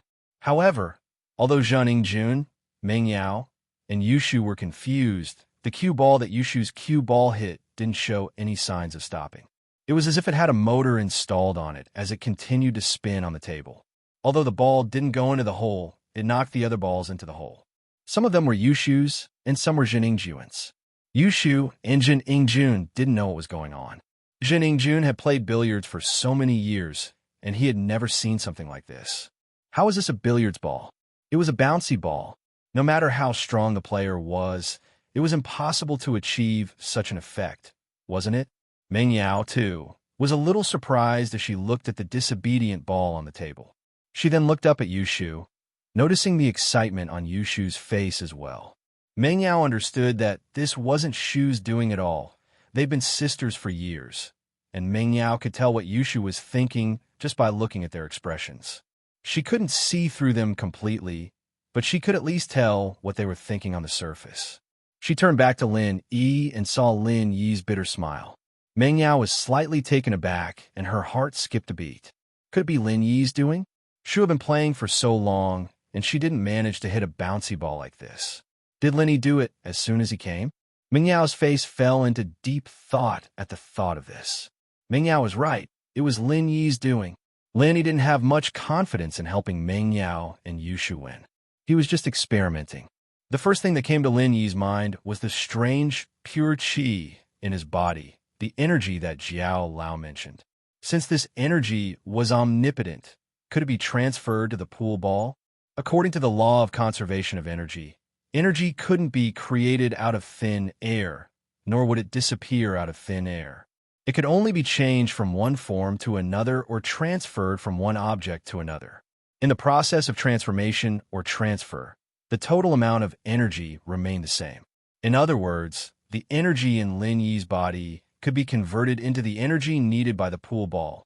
Of course, the energy in Lin Yi's body wouldn't be created out of thin air. No master's pure qi would be created out of thin air. Their vital energy came from the natural world's spiritual qi, and the mantra they cultivated was a method to convert the spiritual qi into their own vital energy. They completed the process of converting the energy in nature into energy in their body. Lin Yi's energy, on the other hand, came entirely from the jade space. Lin Yi converted the energy in the jade space into his own energy. And so, after Yu Shu had moved the ball, Lin Yi decided to try and see if his energy could be used on the ball. With both hands on the table, he started channeling the art of dragon mastery, and, as if it had been injected with chicken blood, the ball suddenly exploded with a small universe of energy. It worked. However, it was Lin Yi's first time doing this, and he didn't control the amount of energy he sent out. In just an instant, the amount of energy was over, How much energy could a small pool ball use up? Just a little bit was enough. If Lin used too much, the pool ball would move endlessly. However, although the experiment was a failure, Lin had proven that it was possible. What was even more surprising was that his energy would only be used on objects that were currently consuming energy. The other stationary billiard balls and billiard tables on the billiard table would not absorb energy. The other pool balls that were moved by the elastic ball didn't absorb any energy because Lin stopped the channel a long time ago. Therefore, the energy was only used on this pool ball. Oh my god, I'm so awesome. I can even hit this kind of ball. I'm such a genius. Yushu exclaimed after the shock. I'm a genius, Shu. I'm so good at everything. Impossible. How is this possible? This doesn't make sense. Is there something wrong with the ball? Zhang Jun didn't believe that Yushu could hit the ball like this. Even professional pool players wouldn't be able to hit an elastic ball like this. It was unbelievable. You haven't seen it before, but that doesn't mean it's impossible. Yushu looked at Zhang Jun in disdain. I already said that it's easy for me to defeat you. I let you in the last round, but this time, you're dead. If you're not convinced, you can hit a ball like this for everyone to see. Yushu's amazing ball attracted most of the players in the billiard room. They had never seen such a powerful ball before. It bounced back and forth on the table for more than a minute and showed no signs of stopping. As everyone exclaimed in shock, they also felt that it was unbelievable. The person who could hit such a ball was definitely a master among masters.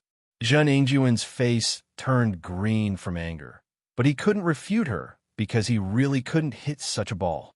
Zhang Ingjun curled his lips and said unhappily, It's just luck. Why don't you hit another one for me? Why should I hit another one? If I hit a ball like this, all the balls that belong to you will be in your pocket. Am I not helping you? Yushu wasn't sure if she could hit another ball like this. She seemed confident, but she was just making things up. She was also guessing if Shield Bro was helping her, so she wouldn't be too sure. If I hit another one, I'll win and you have to admit defeat. That's more like it. Although Zhang Ingjun didn't believe that Yushu could hit another ball like this, he didn't dare to make a promise. What if Yushu hit another one? Wouldn't he have to admit defeat then? Seeing everyone watching, Zoroagwang also wanted to go over and see what was going on, but he backed off after one look. Holy shit, you can play billiards like this? He had been running this entertainment center for many years and was a master of billiards, but he had never seen a ball like this. This wasn't billiards at all. It was a miracle. This could only happen if Hayashi Lin was here. He and his father had been living under Lin Yi's shadow and thought that Lin Yi was omnipotent. Therefore, Zhou Ruoguang felt that it was normal for something like this to happen.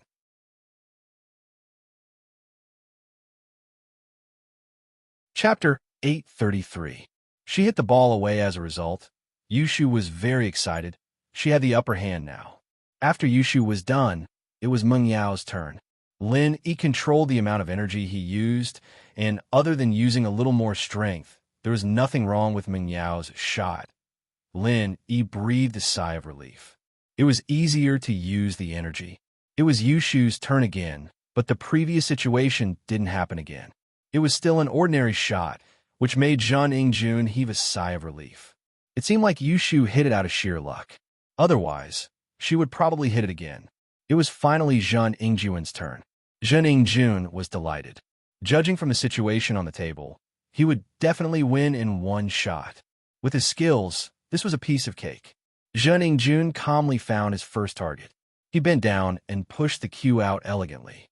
The moment Zhang Ingjuan's cue hit the cue ball, Lin Yi transferred his energy over. In the end, Zhang Ingjuan's cue ball flew out from the table like a rocket. He hit a beautiful jump ball. Before the crowd could react, the cue ball smashed into the face of a bystander. Blood gushed out from his nose, and two of his front teeth fell out. The man groaned in pain and widened his eyes as he pointed at Zhang Ingjun.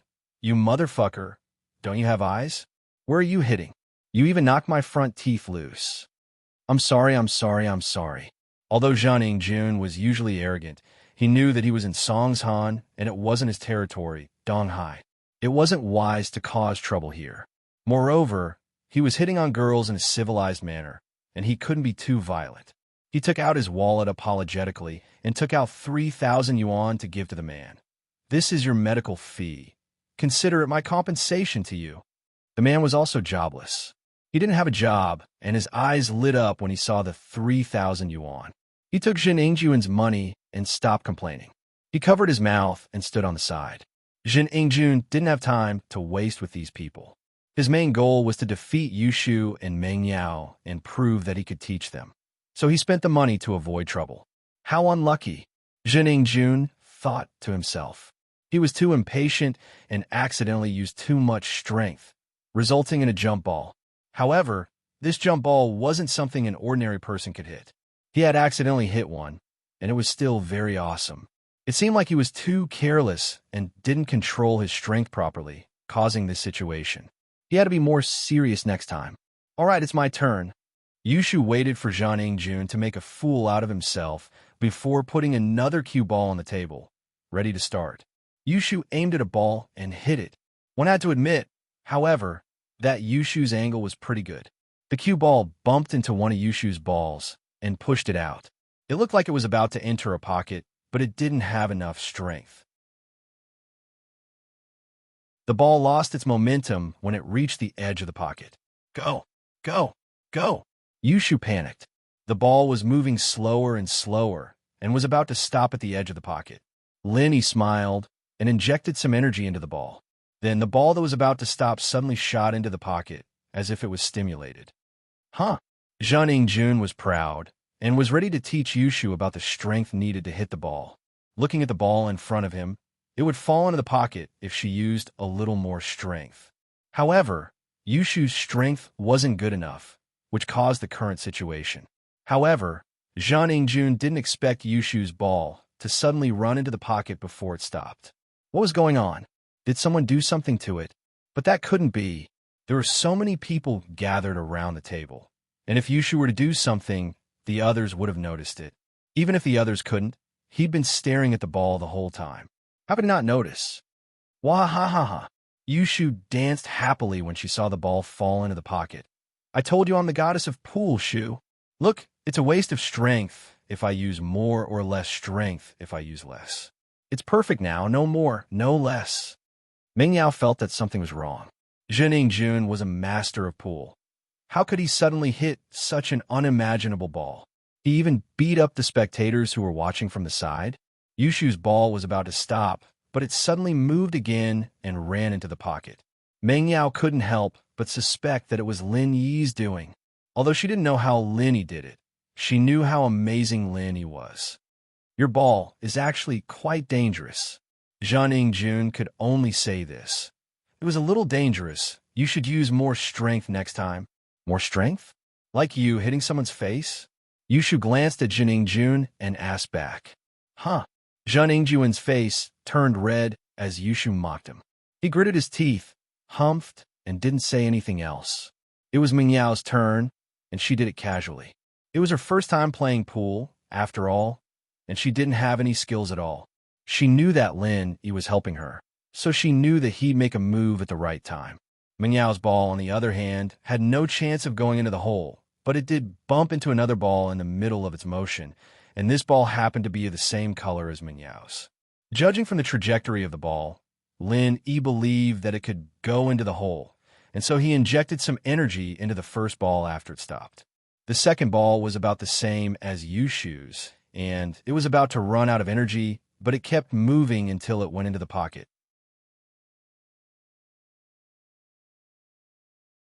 Chapter 834. Chapter 834. Genius Shu. The billiards room was opened by Zhou Wang, and Meng Yao and Yushu were just guests. It was impossible for the table to be the problem. Cold sweat appeared on Zhang Ingjun's face as he thought about this. He was a superstitious person, and when he saw such an unbelievable scene, he subconsciously thought that there was something unclean behind this. Was there something unclean that was causing trouble? Meng Yao was a little doubtful as well. She couldn't quite believe that she'd hit the ball herself. She turned her eyes from the table to Lin Yi's face, trying to figure out what was going on. But Lin Yi was still as calm and unruffled as ever. Both his hands were on the table, as if he hadn't done anything at all. However, although Lin didn't seem suspicious on the surface, Meng Yao knew that Lin, he was actually very suspicious. Yay! Yao Yao sis is amazing too. You're on par with me. Genius Shu. Yushu shouted excitedly. Zhen Yingjuan's face darkened. He didn't believe it. As the vice president of Donghai City's Billiards Association, how could he lose to two beginners? Seeing that there were only 3 balls left on Meng Yao's side, Zhen Yingjun couldn't help but panic. He couldn't let Meng Yao and Yushu score again. Luckily, they set a rule that each person played 1 shot, and there was no such thing as consecutive shots. No matter if they scored or not, they wouldn't hit consecutively. It was Zhen Yingjuan's turn. This time, he didn't dare to be careless. He didn't think much of it before and hit a jump ball. He remembered that he didn't use much strength. Could it be that he was absent-minded? This time, Zhen Yingjun carefully used his normal strength to hit the cue ball. However, the cue ball flew out again with a whoosh. It turned into a jump ball and smashed toward the person on the opposite side. Bang! This time, it didn't hit anyone's face but a muscular man's chest. The muscular man yelped in pain and clutched his chest. He pointed at Zhen Yingjun furiously. You little bastard, do you even know how to play basketball? Did you do it on purpose? You hit someone else, and now you want to hit me? Do you have eyes? Zhen Yingjun was dumbfounded. When did he become so strong? It was just a normal shot. How did it become a jump ball? Fly out and hit someone else again? But he really didn't use much strength. Zhen Yingjun didn't know what happened. He felt like he didn't use much strength. What happened? What? You dare to do it, but you don't dare to admit it? You're not going to say anything? The muscular man said. Zhen Yingjun glanced at the muscular man and thought, if you're like this, I'll find someone to kill you in Donghai City. How dare you act so arrogantly in front of me? But this was Song's Han, and he didn't want to cause trouble. He frowned and cursed his bad luck. He took out his wallet and counted out another 3,000 kwai, handing it to the muscular man. I'm sorry, I didn't do it on purpose. This is the medical fee. That's more like it. The muscular man wanted money as well. He was thick-skinned, and his injuries were much lighter than the guy who got hit in the face. There were only some bruises, and it wasn't a problem at all. But he saw that Zhen Yingjun already spent money to get out of trouble. How could he let go of this chance to extort money from him? Okay, it's my turn again. Yushu excitedly took another cue ball and placed it on the table. You're really good. You can hit such a difficult ball twice in a row. Amazing. It's all right, Zhen Yingjun said unhappily. You can't even hit it when I asked you to. I won't even if I can. If I hit someone else, I have to pay for it. Yushu pouted and looked at Zhen Yingjun in disdain. If you can hit it, I'll pay for it if you hurt someone else. Zhen Yingjun didn't believe that Yushu could hit a jump ball. That was simply impossible. Really? If I hit someone, you'll pay? Yushu asked. Yes, it's a jump ball. It's impossible to hit it without years of billiards experience. In order to save his face, Zhen Yingjun could only say that his mistake was a professional skill. Okay, since it's a jump ball, I can't hit anything else. If I hit a jump ball, you have to pay for it. Yushu said, how about it? Sure, no problem. As long as you hit a jump ball, I'll pay for it. Zhen Yingjun didn't believe that Yushu could hit a jump ball at all. But what if you can't hit it? Then, I'll take out one of my balls. Yushu thought about it and said. She wasn't afraid that she couldn't hit a jump ball because she didn't believe that Zhen Yingjun hit the 2 jump balls himself. To her, it must be Shield Bro's doing. If he could hit it, she could do it too. So, she didn't mind making a bet with Zhen Yingjun. Okay, it's a deal. Go ahead. Zhen Yingjun was pleased with himself. You can't hit a jump ball even if you die of exhaustion. I'm a kind person and I can't bear to hit an innocent person. How about this? I aim at you. Yushu aimed the cue ball at Zhen Yingjun's direction. Whatever you want. It's better if you hit me. You don't have to pay for it. Zhen Yingjun said indifferently. How could he believe that Yushu could hit him? Unless she threw it with her hands, it was impossible to hit it with a cue stick. Yushu didn't say anything else and aimed at Zhen Yingjun. She hit the cue ball. With a whoosh, the cue ball flew up again and smashed towards Zhen Yingjun's face. Zhen Yingjun didn't expect Yushu to hit a jump ball. so he didn't dodge. When he realized something was wrong, it was already too late. The cue ball hit his head with a loud bang, smashing a door on his head. He was so dizzy that he almost fell down. Ah! Jun Ingjun screamed, "Impossible! Impossible! This isn't real. You can't hit a jump ball." All the onlookers burst into laughter. Jin Ingjun was too dumb, wasn't he? If you can hit it, why can't others do it? What's wrong with you? You finally tasted the consequences of your arrogance? A big bump appeared on his head. This person really deserved it.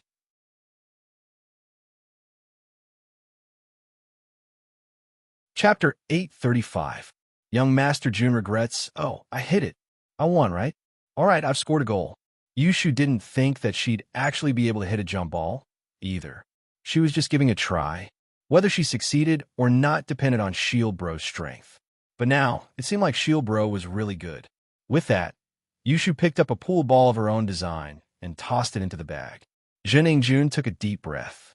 He wasn't willing to give up, but he couldn't do anything about it. He had boasted before, but he couldn't say that he was unlucky and Yushu won the game. "Okay, it's my turn now." Jun Ingjun took a deep breath. This time, he couldn't make any mistakes, otherwise, he would really lose this game. Yushu only had 2 balls left in her suit. If it was any other time, Jin Ingjun wouldn't take it seriously.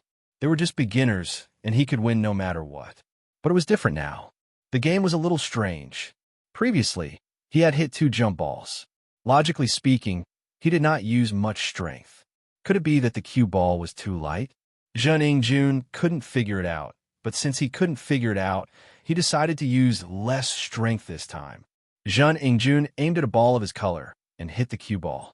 Lin Yi also felt that Jun Ingjun used less strength, so Lin Yi used less energy. This time, Jun Ingjun's cue ball didn't fly out of the table, but still skipped over his target ball and flew into the pocket. Jun Ingjun was speechless. This time, he purposely used less strength, but he still hit a jump ball. But this time, he didn't hurt anyone and hit his cue ball into the pocket. At least he didn't need to lose money and get scolded. However, Jun Ingjun's face didn't look too good. He made a fool of himself again. "Wow, you're so cool. You actually hit your own ball into the pocket? Are you colorblind?" Yushu looked at Jun Ingjun in surprise. "Oof, I just didn't control my strength well. It won't happen next time." Jun Ingjun humphed coldly. He didn't want to argue with Yushu. The more he tried, the more guilty he would seem. Jun Ingjun wanted to prove it to Yushu with his strength. There was no penalty when playing with Yushu. No matter if he hit the cue ball into the pocket or hit it into the pocket, there wouldn't be a penalty, so it was Yushu's turn. Yushu, too, realized that Shield Bro couldn't change the trajectory of the balls, only the strength of the balls. She wasn't confident that she'd be able to aim at the pocket with the 2 balls on her side, so she decided to throw the cue ball a certain distance away so that she could aim at the other 2 balls.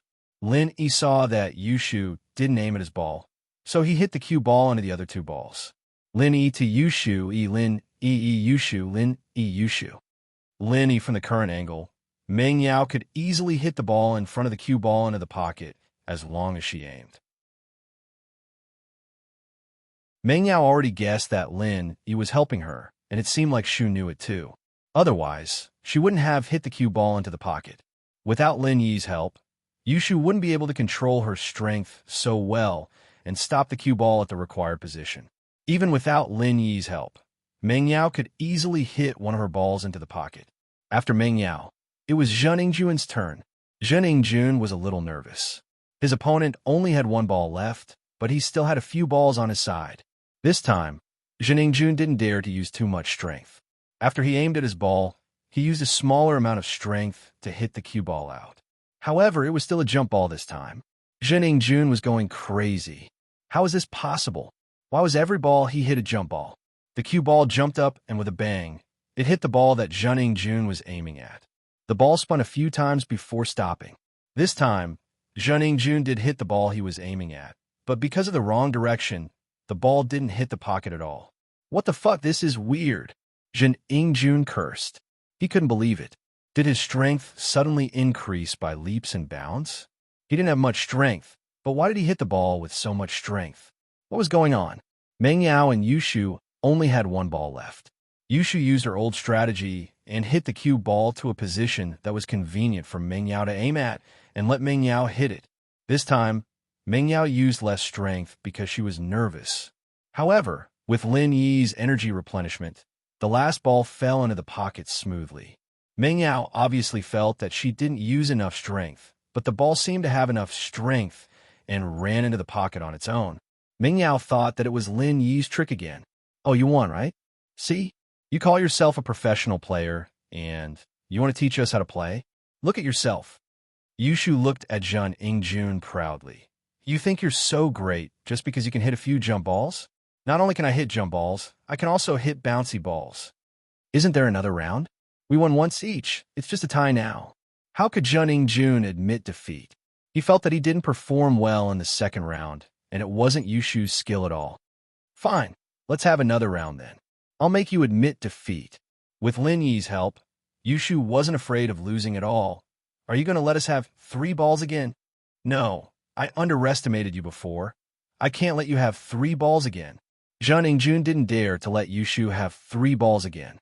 Yushu looked like a beginner, but her luck was surprisingly good. He was afraid that Yushu would score a few more goals by accident. Not only can you not give the ball away, but you can only play one of you, not both of you, Lin Yi said.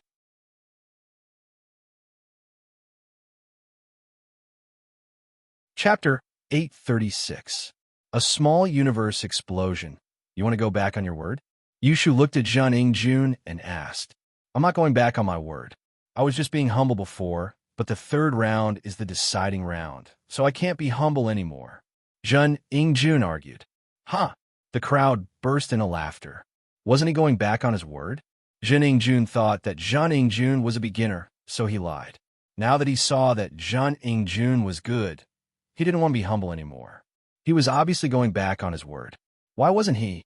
Zhun Yingjun's face turned red from the laughter, but for the sake of his reputation, he didn't care if they laughed at him. Otherwise, as the vice president of Donghai City's Billiard Association, he would be humiliated to death if he was defeated by 2 unknown beginners. If the news got out, he would be laughed at by everyone he knew. So, it was only a small humiliation today, but it was better than a big one. Meng Yao and Yushu were also a little angry. This person obviously saw through their plan, and it was impossible for one person to move the cue ball and one person to play. Oh, since you changed the rules, I'll change it too. Otherwise, it won't be fair. Yushu rolled her eyes and thought of a good idea. What rules do you want to change? Zhun Yingjun asked. This time, we don't care about the suit. Whoever hits more balls into the pocket wins. What do you think? Yushu said. Sure. Are you sure you agree with what I said before? Zhun Yingjun froze. What's the point of Yushu's change? Even if he didn't allow Yushu to move the cue ball and Meng Yao continue to play with no suit, it would only make it easier for them to find target. It didn't matter, right? However, Zhun Yingjun thought that Yushu's suggestion was the next best thing. They didn't need to move the cue ball to find their suit. They could just play directly. But did she really think that they could get the ball into the pocket? Agreed. Who's going first? Yushu nodded in agreement. I'll go first. I'll let you guys win 2 rounds. It's time for me to start. Zhun Yingjun stood up and got ready to start. The crowd looked down on Zhun Yingjun even more. He arrogantly gave the ball to Zhun Yingjun because he thought that Zhun Yingjun was a beginner and was easy to bully. Now that he realized that Zhun Yingjun was strong, he didn't give the ball to him anymore. What a shameless person. Since Zhun Yingjun used too much strength in the previous 2 shots, he decided to use less strength this time as long as he didn't hit a jump ball. It was more advantageous for him now, as he could hit a pool ball at the start of the game. Zhun Yingjun reduced the strength he used before and hit the ball out. He thought that it should be normal with the strength he used this time, right? The result was within Zhun Yingjun's expectations. The cue ball didn't fly out, and it wasn't a jump ball this time either. However, the cue ball only moved a small distance forward before it stopped. Zhun Yingjun was dumbfounded. What happened? Why did the cue ball stop moving? Could it be that he had used too little strength this time? Impossible. It was just a little bit smaller than before. Why was there such a huge difference? He hit a jump ball before, and the cue ball only moved a few centimeters forward this time. Zhen Yingjun rubbed his eyes to check if he was hallucinating. However, he wasn't. Lenny didn't help him this time and didn't give him extra energy. He only used his original strength. With his strength, he could only hit the cue ball this far. Ha ha ha ha! Yushu burst into laughter. She pointed at the cue ball and laughed until her stomach hurt. I let you go first. Why are you acting like I didn't even hit it? I just missed.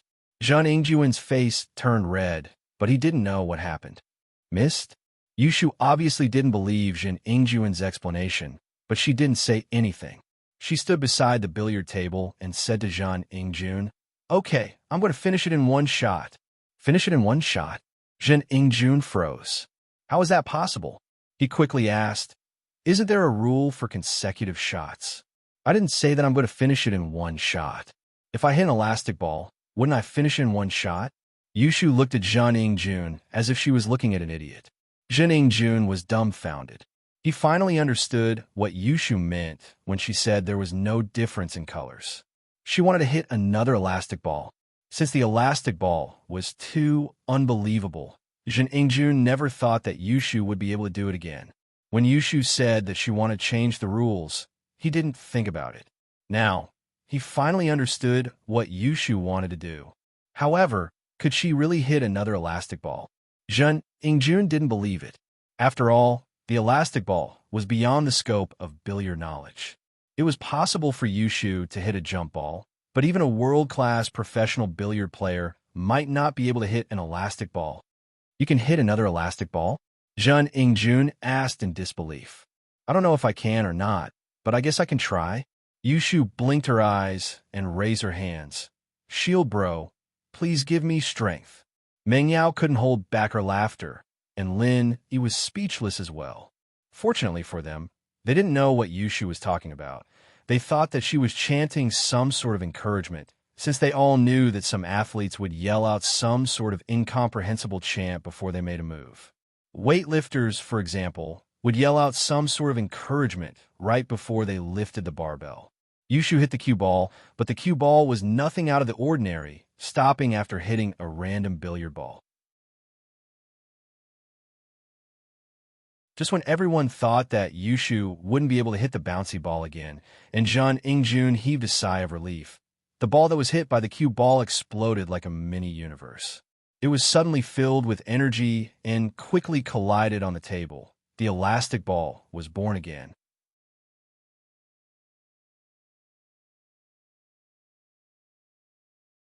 Chapter 837. Can only admit defeat the situation on the table was that not only was the ball hit by Yushu a bouncy ball, but all the balls that were hit by the bouncy ball turned into bouncy balls as well. They bounced back and forth on the table until they fell into the pocket. This was also why Lin Yi was afraid that there was only one bouncy ball. What if he accidentally fell into the pocket? Therefore, he kept injecting energy into the table so that all the moving balls could continue to move until they fell into the pocket and were forced to stop. For a moment, all the billiard balls on the billiard table fell into a state of frenzy. It was like a pinball game in a video game. Everyone present was taken aback. Impossible. This is impossible. This doesn't make sense. It doesn't follow the law of conservation of energy. Although Zhen Yingjun was arrogant, he wasn't an idiot. On the contrary, he knew a lot of things and wasn't an idiot young master. The situation in front of him was too unbelievable, and he couldn't help but roar. Everyone look, is this possible? Do you think this makes sense? However, after Zhen Yingjun finished his words, the audience looked at him as if he was an idiot. What did he mean by possible? It happened right in front of your eyes, and you're still asking if it's possible? Are you lying with your eyes open? How is it possible? Seeing is believing. Are you blind? The hoodlum who got his teeth smashed said unhappily. He got the same compensation as the hoodlum who got his chest smashed. He was unhappy, so he purposely made things difficult for Zhen Yingjun. That's right, there are all kinds of strange things in the world. Just because you haven't seen it doesn't mean it's impossible. He can hit a bouncy ball. Are you convinced? Another person chimed in. Isn't that right? Just because you can't doesn't mean others can't. What a frog at the bottom of a well. Someone spoke up. and more people chimed in. You. Zhang Ingjun almost fainted from anger. Wah, I'm so mad. What do you know? You're all illiterate. These balls don't exist. Don't exist? Being called illiterate, the audience was immediately unhappy. I think you're already having mental hallucinations, right? The truth is right in front of your eyes, but you insist that it doesn't exist. Sigh, you become a fool at such a young age. What a pity. Zhang Ingjun watched as the balls on the table decreased, but there was nothing he could do. Although he didn't know what was going on, he couldn't find any loopholes. After all, no one touched the balls on the table. Even if someone did, Zhang Ingjun didn't think that this person could control every ball and make them move continuously. Who? Zhang Ingjun let out a long breath. He knew that he would be embarrassing himself if he stayed in the billiard hall any longer. He would definitely lose this round, and there was no chance for him to make a comeback. He hadn't even hit the ball yet, and all the balls on the table were going to turn into bouncy balls. He would definitely lose if he waited any longer. So, Zhang Ingjun admitted defeat right away. I lost. It's just 20,000 yuan. I'll give it to you. Zhang Ingjun was also happy. If he reneged now, it would damage his reputation. If these people spread the news that the vice president of Donghai City's Billiards Association reneged after losing, he wouldn't be able to face anyone anymore. Zhang Ingjun opened his wallet and realized that he didn't have enough money. He turned to Zhou Ruoguang, who wasn't far behind him, and said, Zhou bro, lend me 20,000 yuan first. I'll get it back to you later. Zhou Ruoguang didn't dare to disobey and quickly took out 20,000 yuan from the bar counter and passed it to Zhang Ingjun. Master Jun. Here, Zhang Ingjun took the money and passed it to Yushu. Here's the money I lost. But don't let me find out that you cheated, or else, humph. Although Zhang Ingjun didn't say his threat out loud, he was already furious. He didn't plan to let Meng Yao and Yushu go so easily, but he couldn't say it out loud in public, so he had to do it secretly. After giving the money, Zhang Ingjun didn't have the face to stay in the billiards hall any longer. Seeing everyone's mocking expression, Zhang Ingjun was enraged. He quickly walked to the counter and took out a bottle of drink from the fridge. He opened it and gulped it down, calming his anger down a little.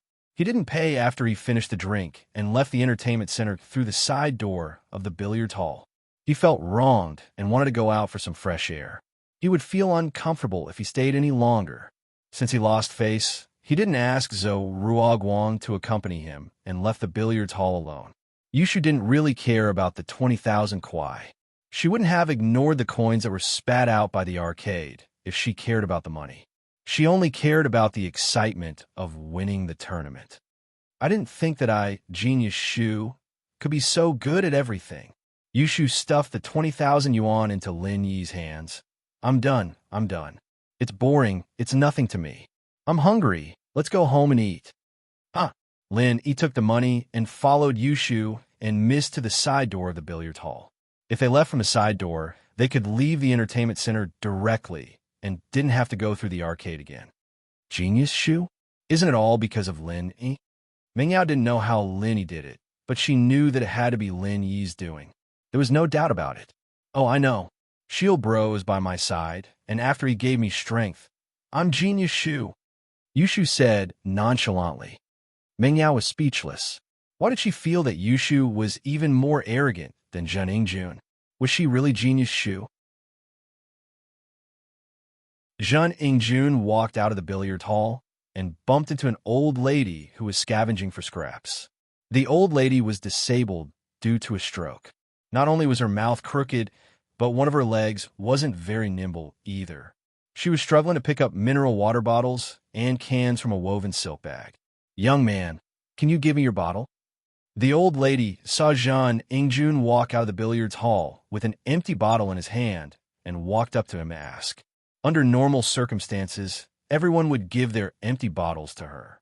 After all, it was troublesome to look for trash cans, so she might as well do a good deed.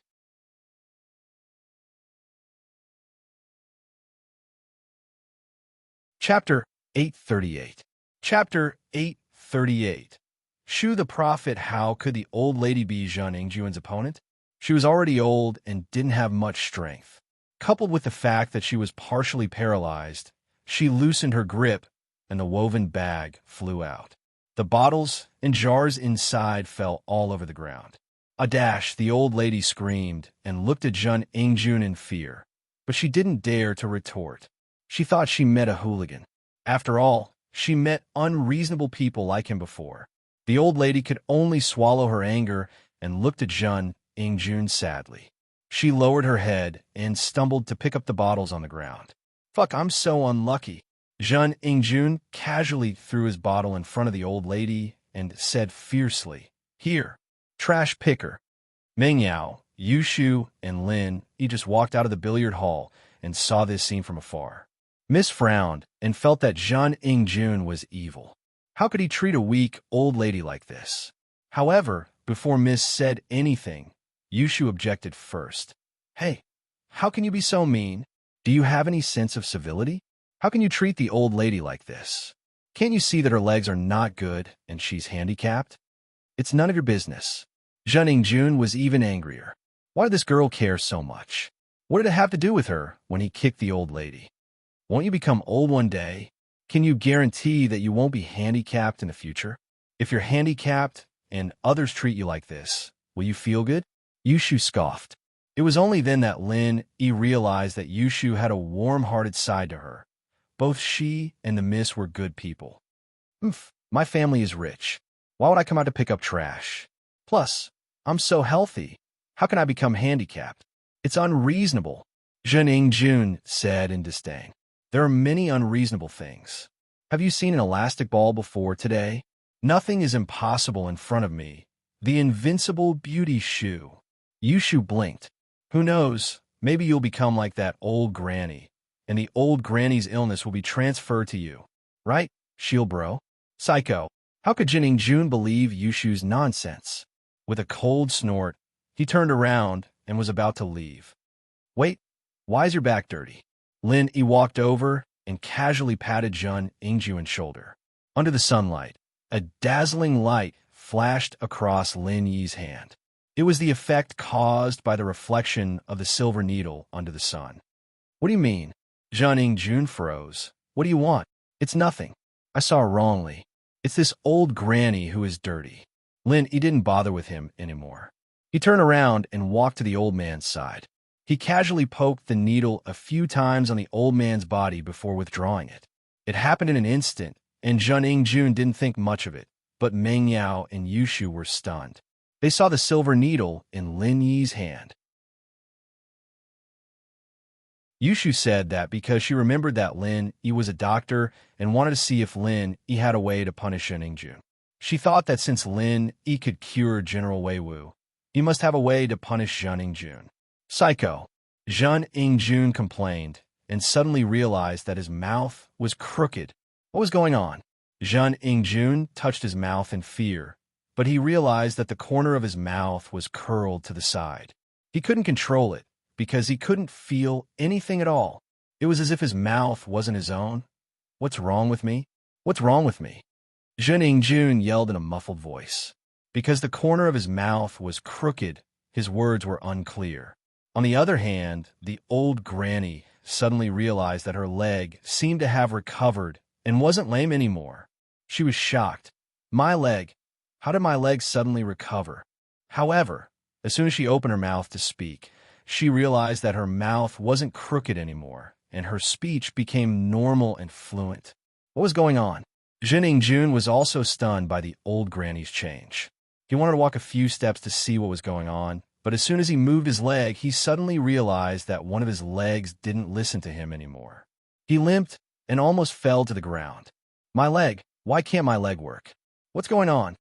Jun Ingjun screamed in fear. Meng Yao and Yushu were shocked as well.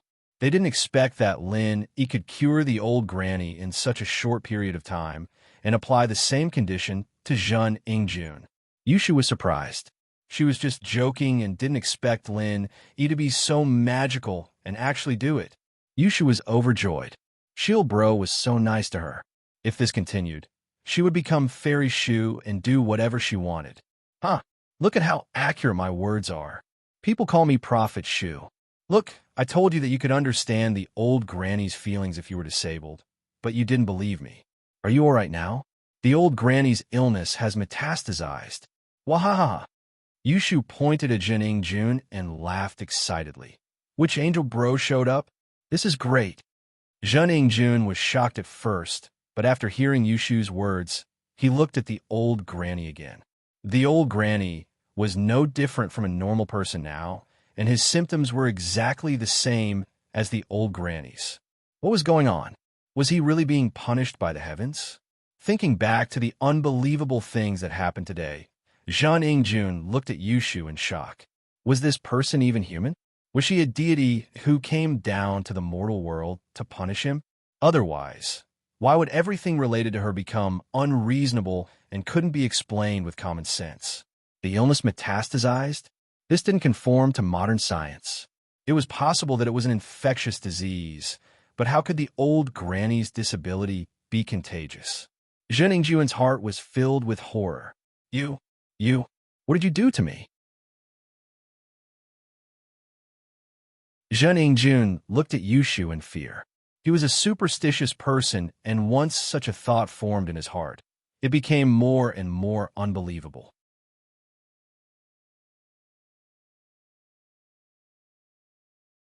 Chapter 839. Cure and cure, no need, no need. Zhen Ingjun was truly afraid of Yushu now. If someone pointed a gun at him, Zhen Ingjun wouldn't be afraid, but the unknown that he had never experienced before scared him out of his wits. He didn't dare to let Yushu make a prophecy. If Yushu said that he would be hit by a car later, would he still be alive? Zhen Ingjun felt that he shouldn't stay here for long. He didn't think about taking revenge on Yushu, because he felt that he couldn't fight back with his own strength. What was this? This was like a deity's manifestation. Otherwise, how could he explain the bouncy ball? Now that he thought about it, the jump balls he hit might have been arranged by the heavens. Otherwise, how could he hit them? When he thought about the strange things on the billiard table, the ball that was obviously weak seemed to have taken stimulants. How could he explain this? He didn't think much of it before, but now that he thought about it, the more he thought about it, the scarier it was. He had been fighting against a deity. How could he win? Now, the old lady was a cripple, and she was fine, but he was crippled. He didn't dare to imagine what would happen next. He was so scared that he turned around and ran away with a limp. This place was too scary. After he got home, he needed to ask a few deities to perform a ritual to get rid of the bad luck on him. He didn't think that he was really crippled or had a crooked mouth. He thought that he was possessed by something unknown, and he needed to ask a deity to perform a ritual. I know. Little girl, you must be a deity sent by the heavens. Only a fairy would have such a great magical power like yours. The old lady wasn't stupid. How could she not know that it was Yushu's doing when she saw that her sickness was transferred to an evil person in the blink of an eye? How can an ordinary person do such a thing? It must be done by a deity. As a result, the old lady subconsciously treated Yushu as a goddess and was about to bow to Yushu. Yushu was shocked. How could she let the old lady bow to her? She quickly held on to her. Grandma, please don't do this. It's not my doing. No matter how thick Yushu's skin was, she couldn't pretend to be a deity in front of the old lady. However, how could the old lady believe it? She only believed in what she saw. If it wasn't for Yushu, how would that gangster be punished? How would she be cured? Meng Yao and Yushu had no choice but to leave quickly.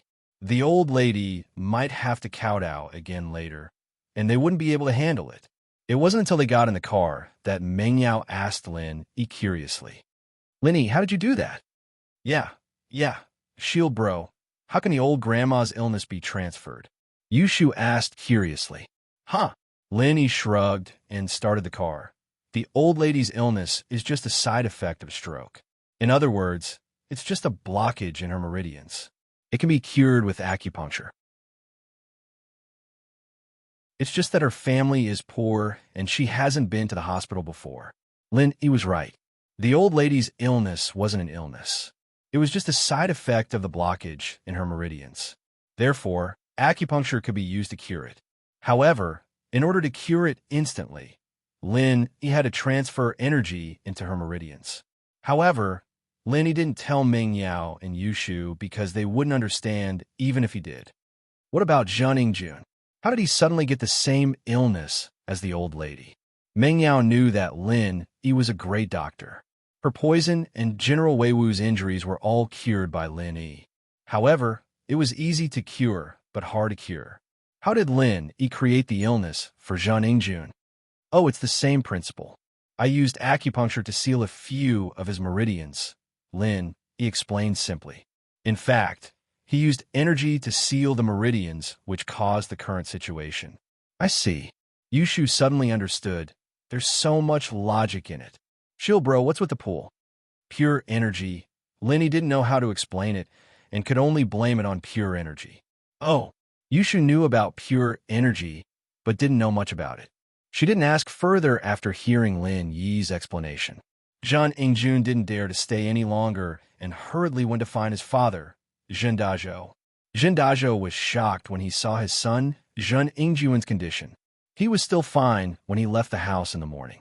How did he turn into such a miserable state when he got home? What was going on? Dad, today's incident is really strange. I've never encountered such a weird thing. Zhun Ingjun didn't hide anything and told his father everything that happened today. Dad, how is this possible? It doesn't make sense at all. Did he encounter something unclean? That's possible. Zhen Dazhou was in the business of living on the edge, and he was more superstitious.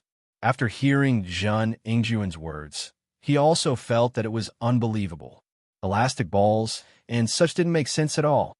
You mean those two women might not be humans? Fairies? It's possible.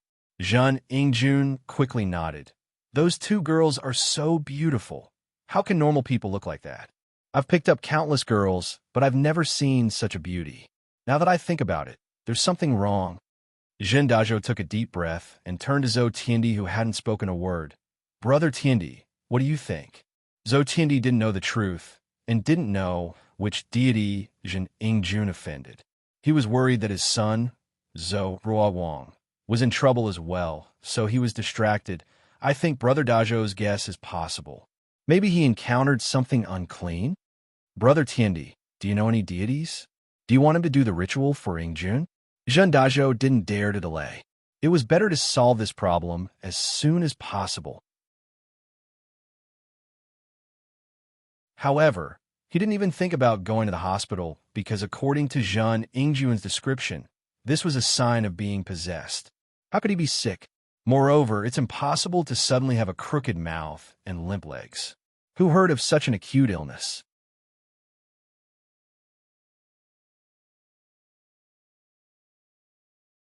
Chapter 840. How? Okay, money is not a problem. We must get a great deity here as soon as possible. Zhen Dazhou said. People like him who were involved in the underworld were afraid of very few things. If they were afraid, they wouldn't have done such illegal things. But the more they did guilty things, the more afraid they were of ghosts and deities coming to punish them.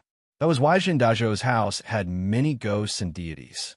But what he was afraid of was what happened.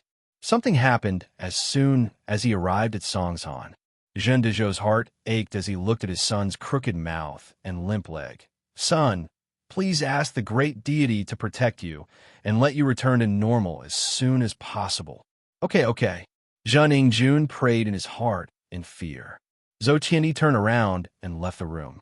He didn't contact the great deity first and called his son, Zhou Ruoguang. Zhou Tiandi saw Zhun Ingjun leave in anger and didn't dare to chase after him. He decided to let him relax by himself. Zhou Ruoguang wasn't stupid. He was calculating in his heart that since Zhun Ingjun offended Lin Yi, should he stay away from him in the future? He couldn't be friends with this person. He'd be dead if he dragged him into this. Dad, what's wrong? Zhou Ruoguang picked up his father's call. Ruoguang, do you know about Zhun Ingjun? Zhou Tiandi asked. He's possessed. Possessed? What do you mean? Zhou Ruoguang froze. He wanted to tell his father that Zhun Ingjun offended Lin Yi and asked him to stay away from Zhun Ingjun. He didn't want House Zhou to be dragged into this. However, he heard that Zhun Ingjun was possessed. He froze and didn't know what happened. How did he get possessed? Wasn't he fine before? Oh, you don't know? That's right. He got possessed after playing pool. Zhou Tianyi told his son how Jin Ingjun got possessed and asked Ruoguang, "Are you all right? If you're fine, stay away from Zhun Ingjun and don't drag you into this." Dad, that's exactly what I wanted to talk to you about. Zhou Ruoguang was even more certain after hearing how Jin Ingjun was bewitched. The father and son from House Jun should stop messing around with them. They were dead meat for offending Lin Yi. He hurriedly said, "Dad, how is he bewitched? Do you know who he offended? Do you know who he played pool with?" "Oh, not possessed. Who did he offend?" Tiandi paused, feeling like his son knew the truth. "I've offended Hayashi Lin," Zhou Ruoguang said in horror. The person who played billiards with him is Hayashi Lin's friend.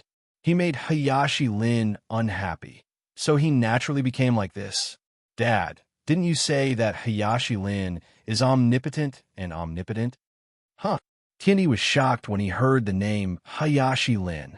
He thought to himself, I was wondering why Zhang Ingjun became like this.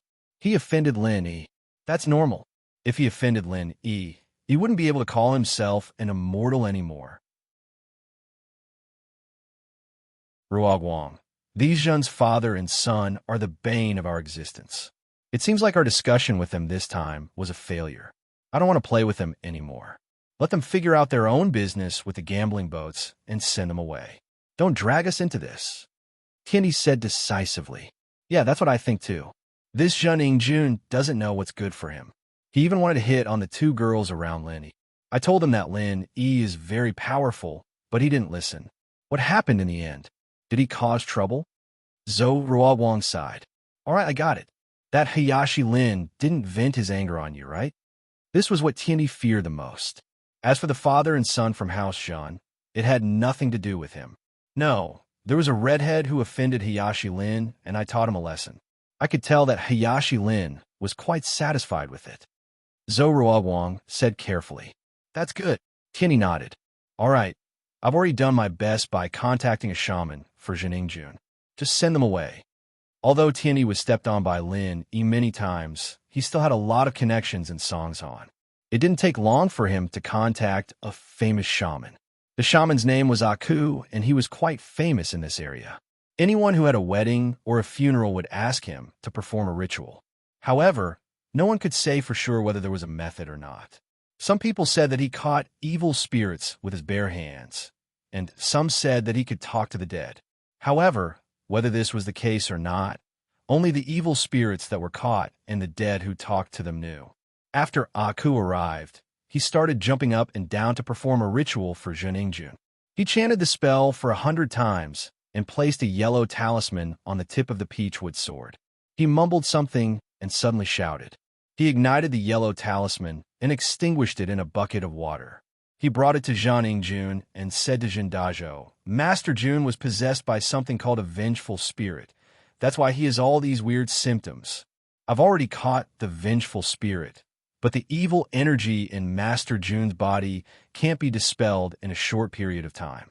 He must drink holy water for 3 days to recover. Master, thank you for your hard work.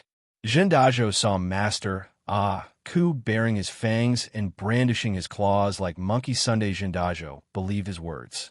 This is the promised incense money. Please don't reject it. Sure. Aku looked at the thickness of the red packet. It was around 50,000 yuan, and he smiled as he kept it. Zhen Ingjun drank the water, mixed with paper ash. He didn't know if the evil energy was dispelled, but he did have diarrhea. Ever since he drank the bowl of holy water, he started to have diarrhea, and it didn't get better even after a whole night. However, Master Aku told him that this was the detoxification stage, and he had to expel the evil poison out of his body. Zhen Ingjun thought that his mana was effective and happily stayed in the toilet. The Zhou father and son maintained a cold attitude as they stood on the side. They didn't believe that a shaman could cure the illness that Hayashi Lin created for Zhen Ingjun. However, they didn't say anything. It was fine as long as they knew it in their hearts. Why did they have to listen? What did Jindajo and Zhen Ingjun's life and death have to do with them? What if God Lin finds out and blames the Zhou family? What if he blames them?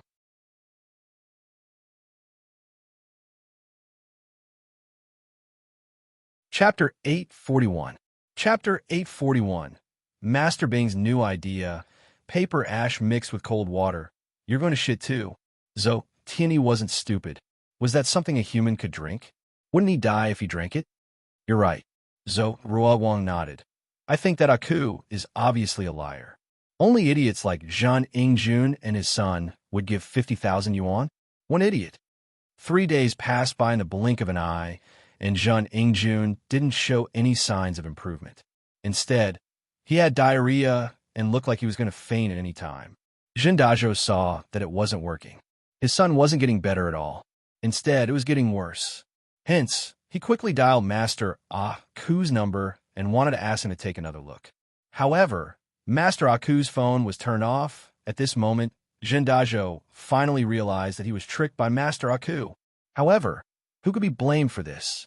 Although Master Aku was found by Zhou Tianyi said that he didn't know any immortal and could only help. The immortal came with Zhang Dazhou's permission before treating Zhang Yingjun. The incense money was also given by Zhang Dazhou willingly, so Zhou Tianyi couldn't be blamed for this. Zhang Dazhou was furious. Zhang Yingjun was his only son, and he doted on him a lot. This time, he came to Songshan to expand his family's business and bring his son along to broaden his horizons. He didn't expect such a disaster to happen. For a time, Zhang Dazhou also became a lot more haggard in one night, and the number of white hairs on his head also increased. Zhou Tianyi looked at Zhang Dazhou, who was sighing, and Zhang Yingjun, who was in so much pain on the bed. He said sympathetically, I don't think he's possessed. Should we go to the hospital? Zhou Tianyi thought that since Lin Yi transferred the old lady's injury to Zhang Yingjun, then Zhang Yingjun must be sick too. What does it have to do with being possessed? This sentence reminded Zhang Dazhou. Zhang Dazhou rushed to the hospital with his son. After the doctor's examination, they came to a conclusion. Zhang Yingjun's current condition was similar to the sequelae of stroke, epilepsy, and cerebral hemorrhage. There wasn't any immediate treatment for it, so he suggested to go to traditional Chinese massage and acupuncture. After hearing the doctor's words, Zhang Yingjun and Zhang Yingjun finally understood that they weren't bewitched. The sequela of the paralyzed old lady was transferred to Zhang Yingjun. Although she didn't know how it was transferred, the disease did run to Zhang Yingjun. Zhang Yingjun wanted to cry, but no tears came out. Why? Wasn't it because he kicked that old lady's knitting bag? But she didn't have to be so ruthless, directly transferring her illness to herself. The father and son were very depressed. They were fooled by the shaman, but they found out that the truth was not the case at all. Moreover, this disease was not easy to treat. The Chinese medicine hospital's explanation was also very simple. No one could guarantee a complete cure. This kind of sequela could only be treated. Maybe it could be alleviated, and there might be a miracle. After the examination, Zhang Yingjun's meridians were not normal blocked. His condition was different from the old lady's. The old lady's condition was real sequela, but Zhang Yingjun's was a disease created by Lin Yi's energy. The condition of the blocked meridians was also different from normal sequela. In other words, Zhang Yingjun's body looked normal on the surface, but his meridians were blocked by a strange force. This made the Chinese medicine hospital's doctors feel strange. When they asked about Zhang Yingjun's medical history, Zhang Yingjun was too embarrassed to say that he was cursed by the gods and could only answer vaguely. However, the more it was like this, the more the doctors couldn't find a suitable solution. They could only let him treat it first. Treat it? How could Jin Dazhou let the doctors treat him? He only had one son, and now he became like this. If he didn't cure him, what was the use of having a huge family business without anyone to inherit it? Thus, Jin Dazhou panicked and asked Zhou Tianyi to investigate the upper class of Songshan City to see if there was a miracle doctor who could cure Zhang Yingjun's condition. Jin Dazhou was willing to pay 1 million as a reward. Jin Dazhou was really panicking, otherwise he wouldn't take out so much money. He brought Zhang Yingjun to many specialists, but none of them had a good treatment plan for Zhang Yingjun's condition. There were big hospitals and private clinics, but they all said they would treat him. No one promised that they could cure him. The cooperation between Jin Dazhou and Zhou Tianyi was temporarily put on hold. In fact, Zhou Tianyi was happy to see this. He didn't dare to have anything to do with the Zhen father and son anymore. These two unlucky bastards offended Lin Yi and caused such a huge disaster. How could he cooperate with them? Dream on. However, Zhou Tianyi was unhappy that since the Zhen father and son didn't want to cooperate, they should just leave. Why were they still here? Didn't Donghai also have great doctors? Why did they have to stay in Songshan City? In fact, Zhen Dazhou still had some superstitious thoughts in his heart. He thought that since Zhen Yingjuan's problem happened in Songshan City, there must be a solution in Songshan City. There was a cycle of cause and effect. This was the reason why he insisted on staying in Songshan City temporarily. In a floating cloud bar, Cihua reported the recent happenings in Songshan to the wheelchair-bound Zhao Qibing. The demolition went smoothly, and the residents of the slums happily moved away after receiving the compensation. It was just that the compensation was a little too much for them to pay. After reporting about the demolition, Cihua told Zhao Qibing about what happened to the Zhen father and son from Donghai and how they asked for help. He didn't expect Zhao Qibing's eyes to light up after hearing it. He said he's going to pay 1 million as a reward. This business seems to be quite profitable. That's true. After all, life is more important than money. Cihua nodded and said, and I heard that Zhen Yingjuan's illness is quite strange. He got it because he offended Lin. There is no such thing as an impenetrable wall in this world, especially when Zhou Tiandi and Zhou Ruoguang knew about it. There was no need to keep it a secret. In the upper class of Songshan City, everyone basically knew that Zhen Yingjun offended Lin Yi and got what he deserved. Who was Lin Yi? He was the ruthless person who crippled Zhao Qibing and pushed down Qibing's skyscraper. Those young masters with a high status all knew about this, but they didn't dare to bring it up because of Zhao Qibing's power.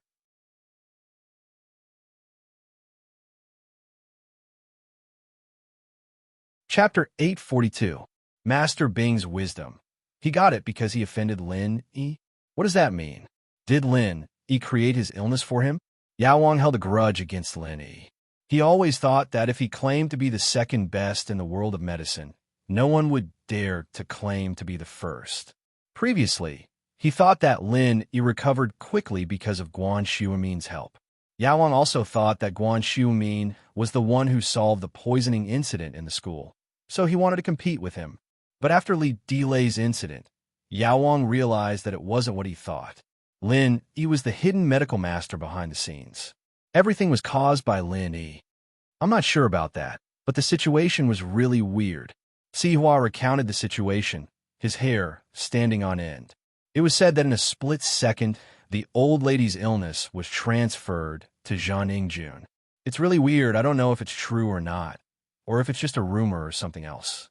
Cihua said as he recounted the situation to Zhen Yingjun. It said that in a split second, the old lady's illness was transferred to Zhen Yingjun. It sounds really weird. I don't know if it's true or not, a rumor or something. The old lady's illness was transferred to Zhen Yingjun? Yao Wang didn't quite believe Cihua's words. You're saying that the old lady had hemiplegia and her crooked mouth and lame legs were transferred to Zhen Yingjun all of a sudden? Is that so? That's what I heard. Cihua nodded. Logically speaking, that's impossible, Yao Wang sighed. Yao Wang thought for a moment and said, however, it's possible if you have high medical skills. However, you don't have to transfer it. Instead, you have to cure the old lady's illness first, and then create the same illness on Zhen Yingjun. One is to cure the illness, and the other is to control it. It seems to be a transfer, but that's just an outsider's understanding. This, Cihua sucked in a cold breath. In such a short period of time, Lin Yi cured one and controlled another? I could do that too. The king pharmacist snorted and said with some conceit, I, the king pharmacist, am not best at healing, but at harming people. This kind of insignificant skill is nothing to me. I see. I thought there was something wrong with this whole thing, but after Yao Wang's explanation, I see. Cihua nodded. Forget it. Let's not talk about him anymore. Since that's the case, let's not talk about him. Master Bing, about the demolition of the orphanage. Wait, let's put the orphanage aside first. I've thought of a better way to make money. Zhao Qibing waved his hand. When he heard that Zhen Dazhou invested 1 million to treat Zhen Ningjuan's illness, he started to plan this. Treating illnesses is quite profitable now. Look at that miracle Dr. Wan. People are thanking him profusely for treating people's illnesses. Why don't we start treating people as well? Those rich people are all very rich, and nothing is more important than their lives. We can also treat them and make money. Master Bing is wise. Sihua heard Master Bing's words and thought that this was indeed a way to make money, but he didn't know if Yao Wang would cooperate. He turned around and looked at Yao Wang. I'm sent by the head of the house to assist Master Bing.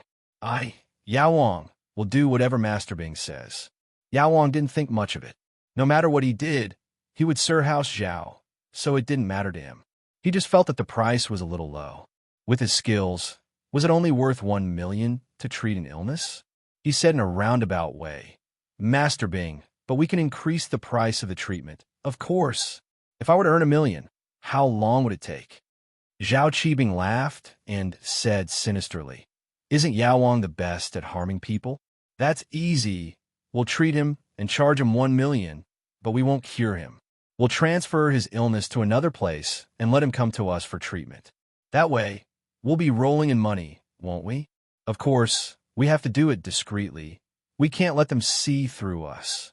That's brilliant, really brilliant, Sihua said in admiration. Master Bing, you're really smart, coming up with such an evil plan. I didn't even think of it. Of course, don't we have a miracle Dr. Wan, Dr. Kong, or something like that? We'll have a Zhao Yao Wang, and once we make a name for ourselves, we'll have as much money as we want. Zhao Qibing said proudly. Master Bing's idea is quite feasible. Yao Wang didn't object. He was a sinister person. Healing and harming people was his forte. This way, the profit from one patient wouldn't be as simple as 1 million. Medical skills could save lives, but it could also harm people. Medical practitioners were proficient in the structure of a human body. This was especially so for TCM practitioners. They could even create illnesses through certain means. Nowadays, most doctors studied medicine to save people. Even if there were some who only cared about profits and worked for money, they would still save people after receiving the money. But there were also some who weren't like that. They studied medicine not to save people, but to harm people. These people were originally close officials of the royal court and some nobles. They created illnesses so that some princes and officials could lie to the emperor and hide from the limelight. For example, if there were 2 factions fighting in the court and the princes or the prime minister didn't want to get involved, they would claim to be sick to avoid it. Naturally, the emperor wouldn't believe them and would send the royal doctors to investigate. At this time, these people would play their role, creating fake illnesses to deceive the royal doctors. But as the dynasty changed, some of these people followed the fallen nobles and scattered among the people. They set up their own shops and began to walk among the rich, treating these rich people. But these people used to earn a lot of money from the noble families, and the medical fees weren't enough to satisfy their desires. So, these people started to treat some rich people, but they would never be cured. They would always have a backup plan, and they would keep collecting high medical fees until the rich person's money was drained. Then they would cure all the illnesses according to their mood, or they would just ignore them and let them die.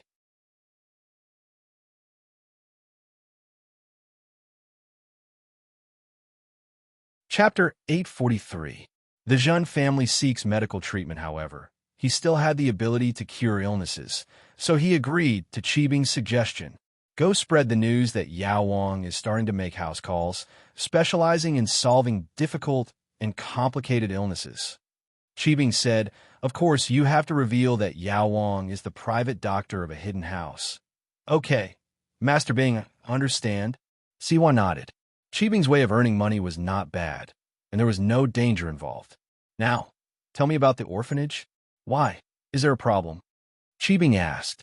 It's like this. After we went there last time, wasn't the old dean a golden class master?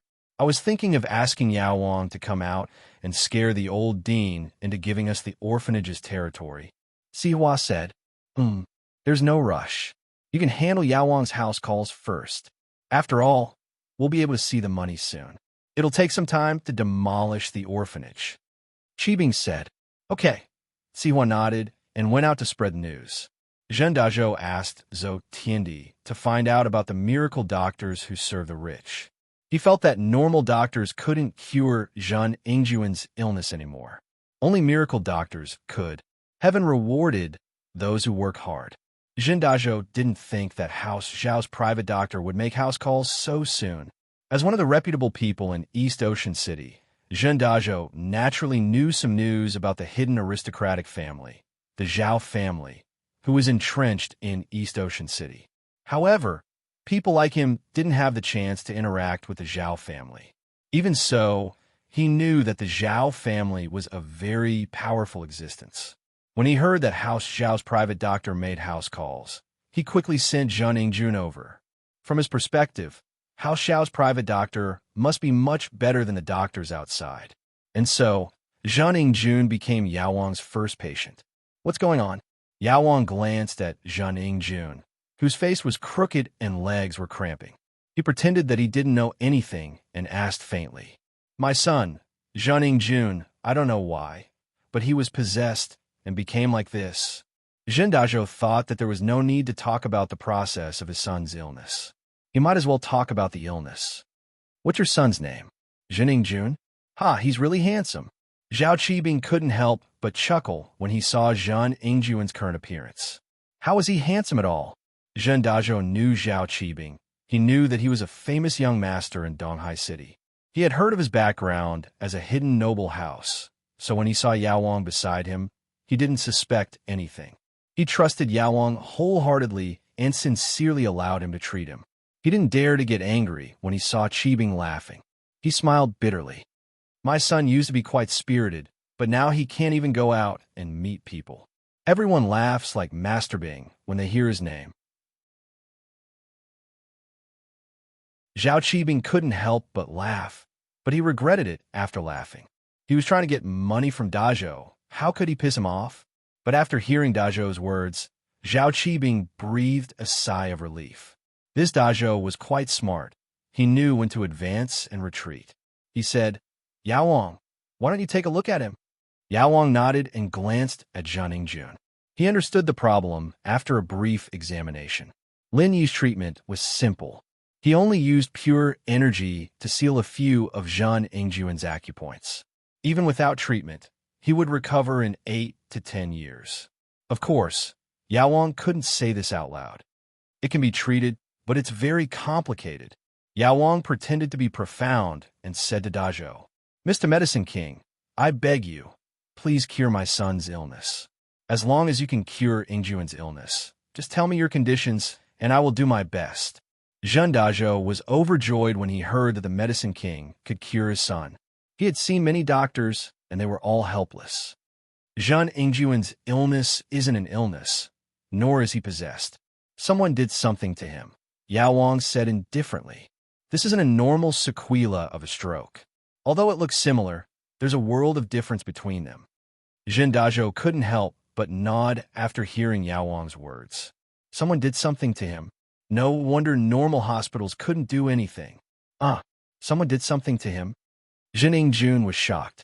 He suddenly remembered that the person named Lin Yi patted him a few times, and he fell sick after that. Could it be that he did it at that time? He couldn't help but exclaim, yes. It must be Lin Yi's doing. Dad, I know. Lin Yi? Yao Wang pretended to be surprised after hearing Lin Yi's name. What did you say? Lin Yi did something to you? Yes. What's wrong? Zhen Ingjun froze. Yao Wang, do you know this person named Lin Yi? Zhen Dazhou didn't think that his son had been tampered with because it sounded a little unbelievable. So when his son talked about the process, Zhen Dazhou didn't pay much attention. But now that Yao Wang said that his son was done to him and that he knew the person his son suspected, he couldn't help but ask. Of course I know him. Yao Wang nodded. This Lin Yi is a medical expert. He's good at saving people, but he's also good at harming people. How can I not know him? Fuck. So is Lin Yi's doing. I'm going to kill him. Zhen Yingjun was furious after knowing the truth. Zhao Qibing sneered at the side. You want to kill him? Who do you think you are? I wanted Lin Yi dead for a long time, but now my leg is broken. Uncle Zhu is bedridden. The building collapsed. I lost money, but Lin Yi is still alive and kicking. But Zhao Qibing didn't say it. He didn't mind the father and son of Zhen Yingjun looking for trouble with Lin Yi. Even if they couldn't kill Lin Yi, it was good to make Lin Yi suffer. Zhen Dazhou coughed and glared at his son. Even if you want to take revenge, you have to wait until you're better. Can't you tell which is more important? Zhen Dazhou stopped his son and turned to Yao Wang. Yao Wang, between you and that Lin Yi, who's more powerful? Humph, I can cure the illness he created. Who do you think is more powerful? Yao Wang didn't answer the question directly.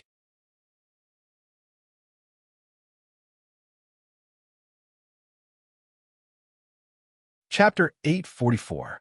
The treatment gets worse, sure, but I can tell you the theory behind it. Yao Wang said, You've heard of pure energy, right? Other than us ordinary people, there are some practitioners who can use pure energy. Of course I've heard of it. My relative is also a mystic division master. Zhen Dazhou nodded, but it was more or less an exaggeration. That mystic division master wasn't his relative at all, but someone he hired to deal with an enemy. It was just a relationship of interest. Oh, it's easy now that you've heard of it. Yao Wang continued. Lin Yi used pure energy to seal Zhen Yingjun's meridians, causing them to be blocked. That's why he's in such a condition. It looks like the sequela of a stroke, but it's actually not. It's more complicated than a stroke. I see. Zhen Dazhou listened to Yao Wang's explanation and became even more nervous. Then how do I cure it? I can only use my acupuncture and my true qi to neutralize it one by one. But it consumes a lot of my energy, and it's not something that can be cured in a day. So the process is more complicated. Yao Wang sighed. To be honest, it's not easy to treat this patient. Yao Wang, you have to save my son. If you don't do anything, what will happen to Yingjun in the future?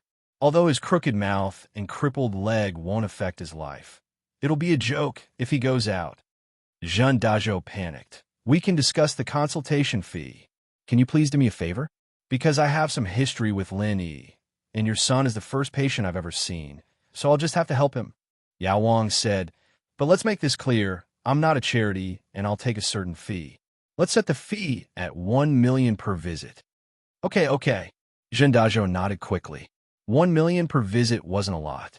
His son's condition was too complicated. Even 10 million couldn't cure him. All right, since you've agreed, I'll transfer the Jinqi in your son's body today.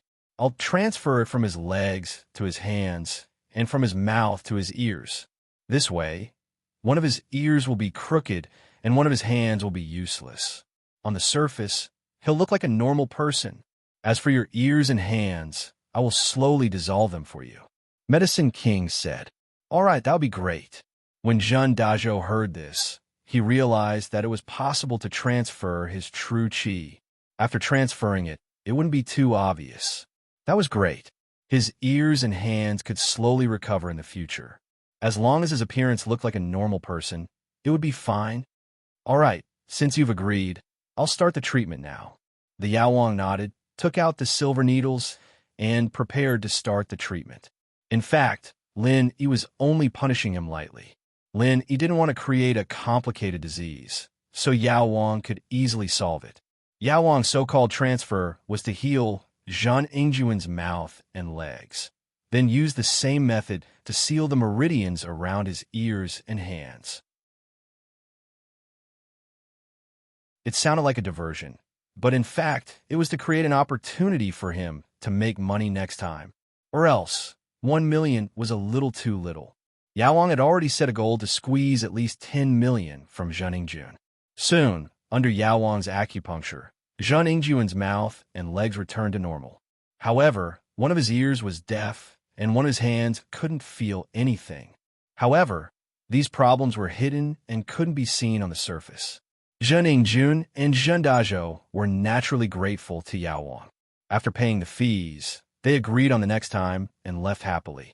Looking at the father and son from House Shun leaving, a cold smile appeared on Zhao Qibing's face. Two idiots. Just wait to give me money. Master Bing, I've decided to get 10 million from the father and son from House Shun. What do you think? Yao Wang told Zhao Qibing his idea. 10 million? So little? Zhao Qibing frowned. I heard that Zhen Dazhou is very rich. His assets are over 100 million. You should get at least half of it, right? 50 million. Hiss. Yao Wang was shocked. Master Bing was a ruthless man. He was even more ruthless than him. He thought that 10 million was a lot, but Master Bing asked for 50 million straight away. However, Yao Wang couldn't understand why Zhang Ingjuan's problems were worth 50 million. He couldn't help but ask, Master Bing, 1 million for one time and 10 times for 10 times, isn't that a lot? Are you stupid? Zhao Qibing glared at him. Can't you make more problems when you treat him? This shouldn't be a problem for you, right? Do you need me to teach you this? Zheng Ingjun is a man who enjoys alcohol and women. If you make him impotent, let's see if he'll ask for help with a lot of money. If you're afraid of suspicion, then just do it to Zhen Dazhou and make that old man's sexual function fail. I understand, Master Bing. Yao Wang heard Zhao Qibing's words and was enlightened. Even a black-hearted doctor like him wasn't as black-hearted as Master Bing. Master Bing was too black-hearted. Almost all the famous people in Songzhan knew that Zheng Ingjun had a strange disease. It caused a huge commotion, and it wasn't a secret that Zhen Dazhou asked Zhou Tiandi to search for a doctor. However, the news that Zheng Ingjuan's disease was cured by a new Zhao Yawang shocked everyone. In the past, everyone in Songzhan knew that Guan Shuamin was a miracle doctor. They didn't expect that there would be another Zhao Yaowang who seemed to be even better than Guan Shuamin. Everyone saw Zheng Ingjuan's condition.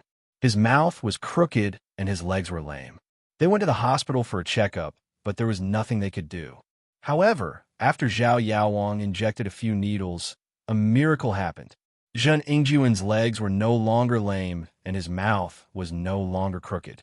Zhen Dazhou didn't want to tell others that he was deaf and couldn't feel his hands. He only said that his son was cured. This way, it was an advertisement for Zhao Yaowang. In an instant, everyone knew that there was a Zhao Yaowang in Songzhan. His medical skills were incredible, and he was even better than Miracle Dr. Guan. As a result, Zhao Yaowang's fame spread like wildfire. In the future, when the rich and famous people wanted to see a doctor, the first person they thought of was Zhao Yaowang. After all, Zhao Yaowang had cured someone before. Zheng Ingjun was indeed alive and kicking now.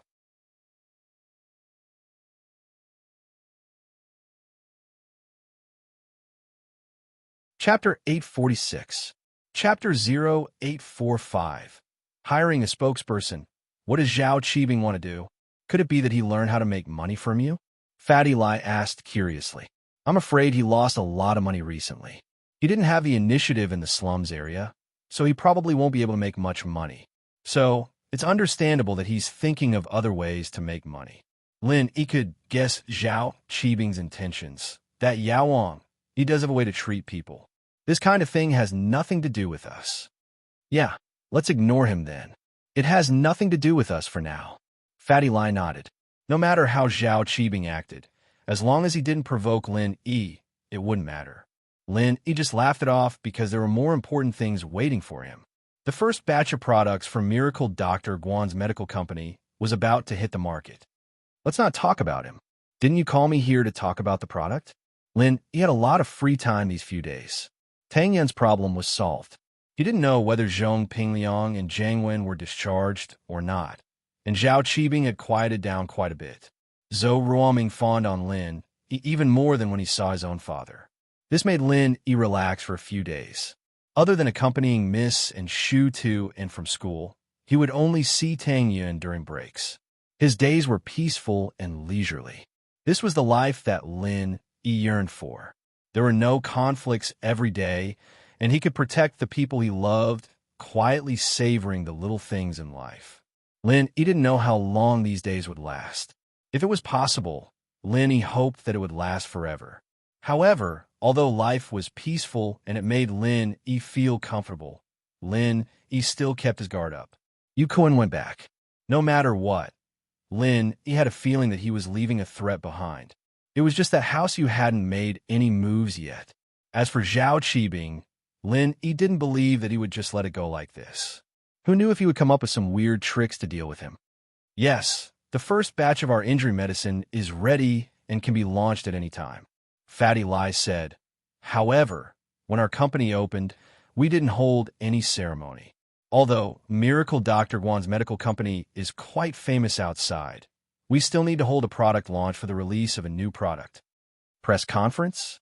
Why is it so troublesome? Lin didn't think that launching a product into the market required such a complicated process. Yeah, it's just a way to show the company's strength. It's just like Qibing real estate company's building completion ceremony. Fatty Lai was an expert in business, so it was natural for him to be able to make sense of it. It's just that we ruined his completion ceremony. If that's the case, then it's up to you. Lin felt that he wasn't doing his job as a hands-off boss. He knew nothing about business. If it weren't for Fatty Lai, a follower he'd met halfway, it would have been hard for him and Xu Amin to run the company. All right, then I've decided. Fatty Lai nodded, because our company's publicity is almost done. Now is the best time to go public. Once our product is launched, there will be a lot of media outlets promoting us for free. But according to the usual practice of many companies, they usually hire celebrities to boost the popularity of their new product launch. Celebrities? You know them? Lin wasn't interested in celebrities, and he didn't watch TV. To him, celebrities weren't as cute as the girls at home. I don't know. Fatty Lai smiled bitterly, but money makes the world go round.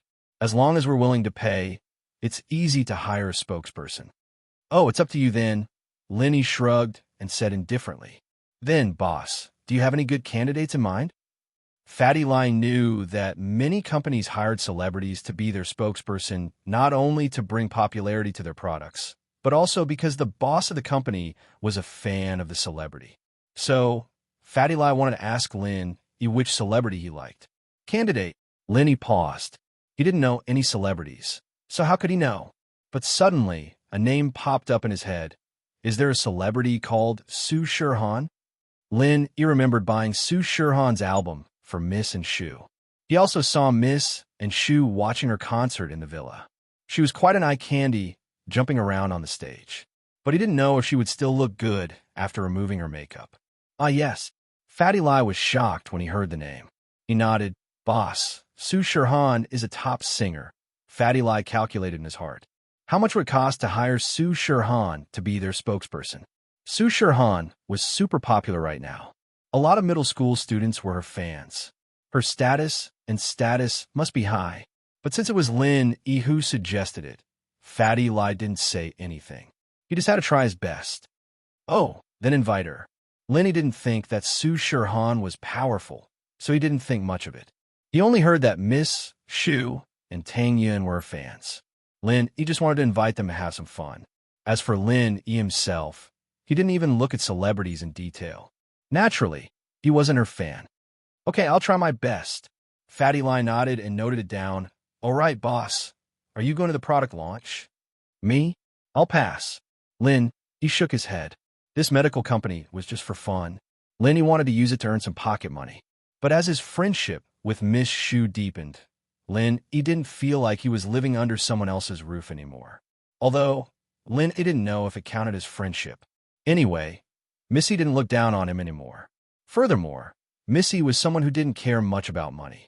So now that the medical company was established, it was a public service. It was impossible to earn money in a short period of time. The price of the medicine was set low, so it could compete with Dr. Kang's golden creation. Fatty Lai knew that Lin always kept a low profile, so he asked before. Since Lin didn't want to participate, he didn't force him. He continued, Boss, about Kong Xiaobo and fun, I've arranged it like this. What do you think?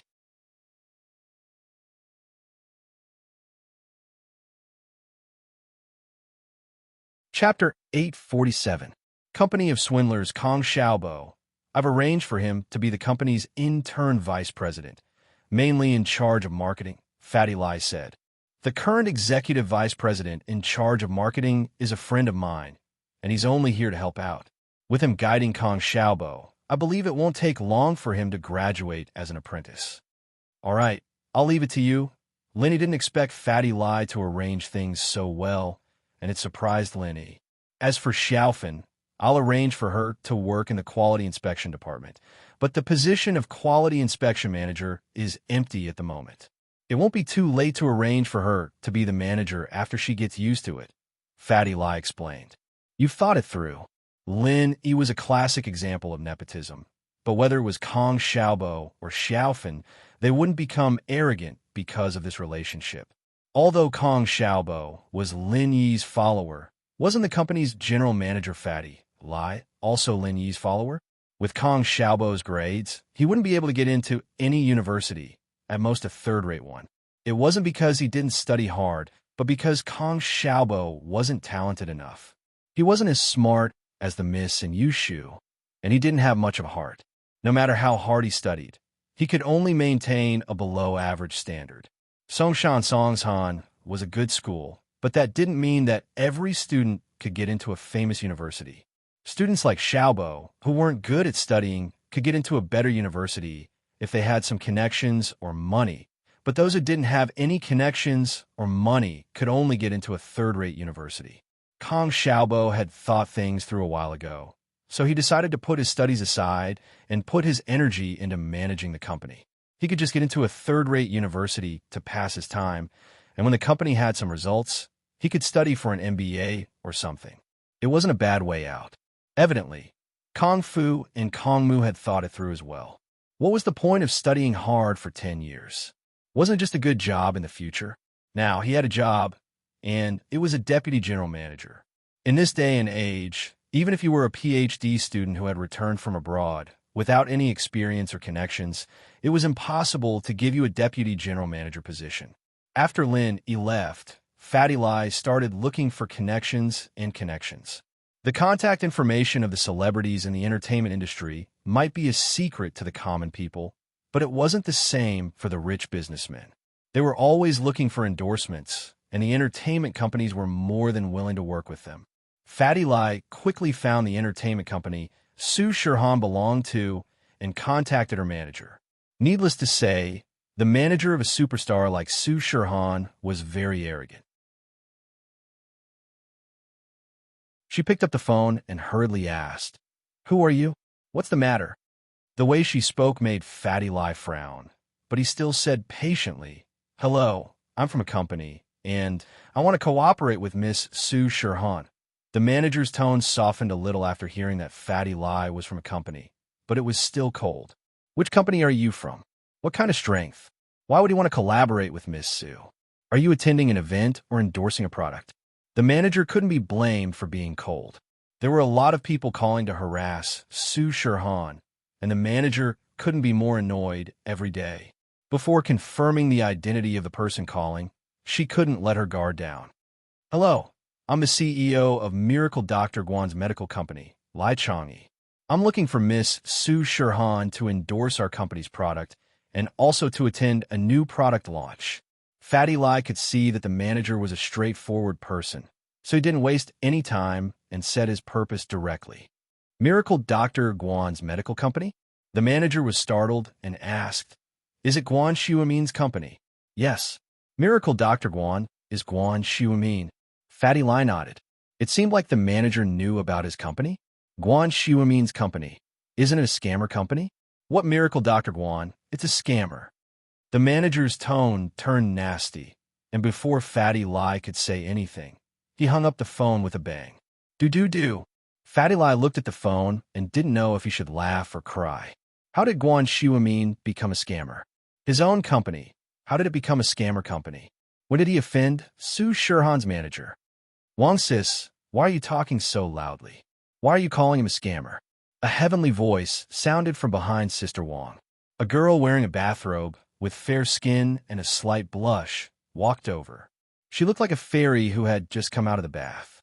Her hair was still wet, and it was casually scattered. Her pretty face didn't have the slightest bit of makeup on, but she still looked very lovely. She was the superstar Su Shirhan who had countless fans and was the idol of many middle school and university students. But at this moment, she didn't act like a superstar at all. She walked behind the manager like a mischievous girl and bent down to look at her phone, wanting to see who she was calling. Han, are you feeling better? Wang Sis's cold expression changed, and a concerned expression appeared on her face as she turned to look at Su Shirhan. I'm fine. Su Shirhan shook her head and smiled sweetly. Wang Sis, don't worry about me. Right? You haven't told me yet? What happened before? Also, Wang Sis, why is your temper so bad these days? You're always so cold when you pick up the phone. It's not that I'm cold, but there are some entertainment reporters who always pretend to be fans and collaborators, spying on this and that. It's annoying me. Wang Sis sighed. Looks like I'll have to change the phone number after a while. Too many people know this number. But what if it's really a call to collaborate? Su Shirhan nodded and asked. I can tell with just a few words whether it's a collaboration or not. Some people have too much money and purposely call to have fun. Our Han isn't that kind of person. If you want to chase after a celebrity, go find someone else. Wang Sis had been a manager for a few years, and she had a pair of sharp eyes. The companies that could really afford to collaborate with Su Shirhan were all big and famous companies, not some unknown small company.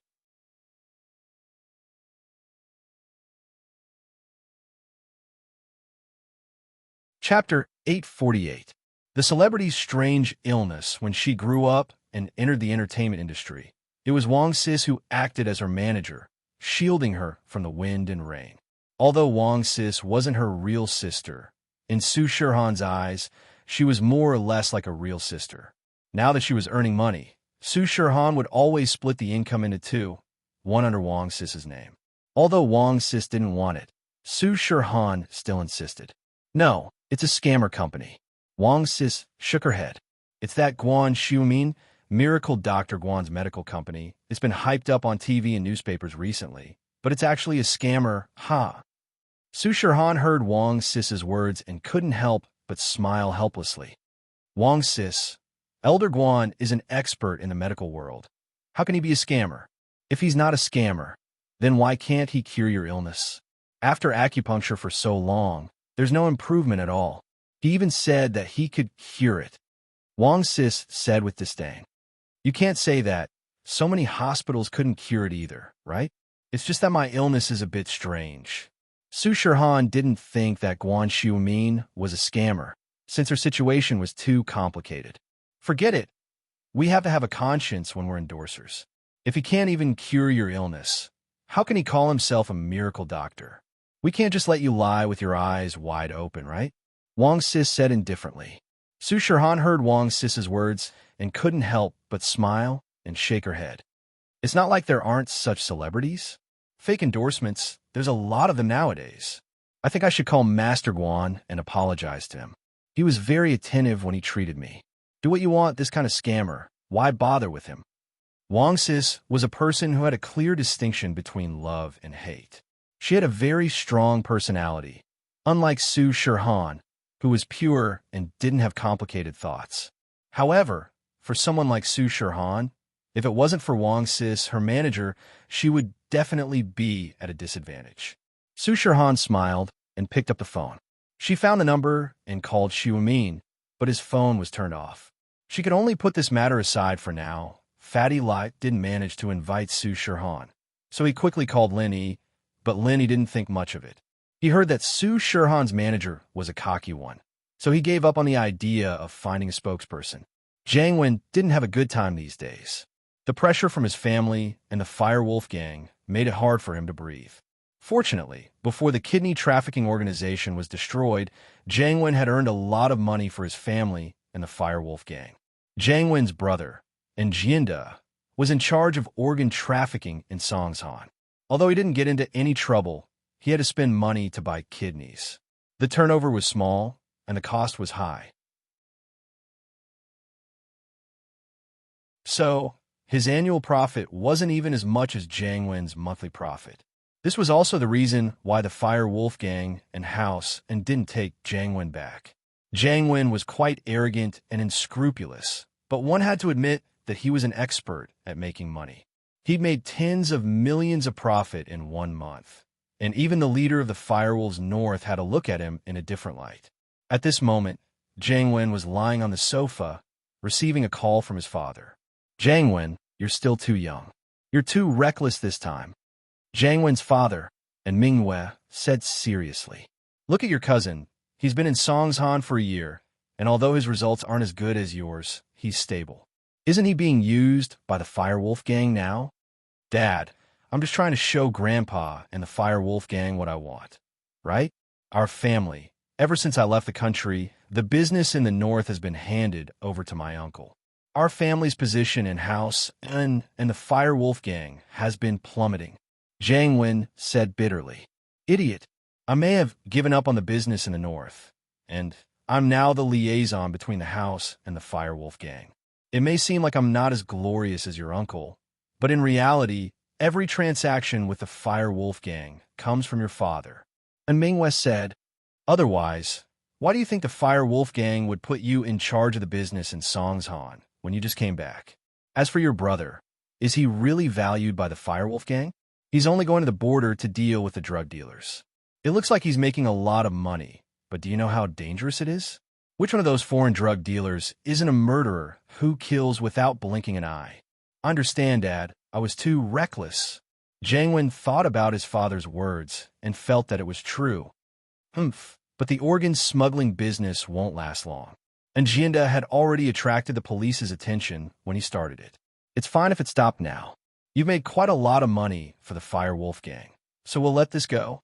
And Mingwei said, fortunately, the head of the Firewolf Gang's northern branch is a cruel man. He likes your unscrupulous way of making money. And with me coming back from the middle, he finally agreed to give you a new job. What? A new job? That's great. Jiang Wen was overjoyed when he heard his father's words. He was still thinking about what he should do in the future. How was he going to pursue Meng Yao without a kidney and a career? Now, a new career had arrived so quickly. Yeah, the most profitable business is prostitution, drugs, and organ smuggling. As for the sex industry, there are local gangsters everywhere. We shouldn't interfere. Mingwei said, as for drug trafficking, your cousin is already in it. What you need to do now is gambling. Oh, you wanting to build a casino? Jiang Wen could roughly guess his father's intention. Yes, but not a normal casino. It's an underground boxing ring. And Mingwei said, normal casinos are also controlled by local gangsters. It's not good for us to interfere. That's why we're doing the boxing business. Not only can we sell the tickets, but we can also bet on the outcome of the fights. It's a very profitable business. No problem.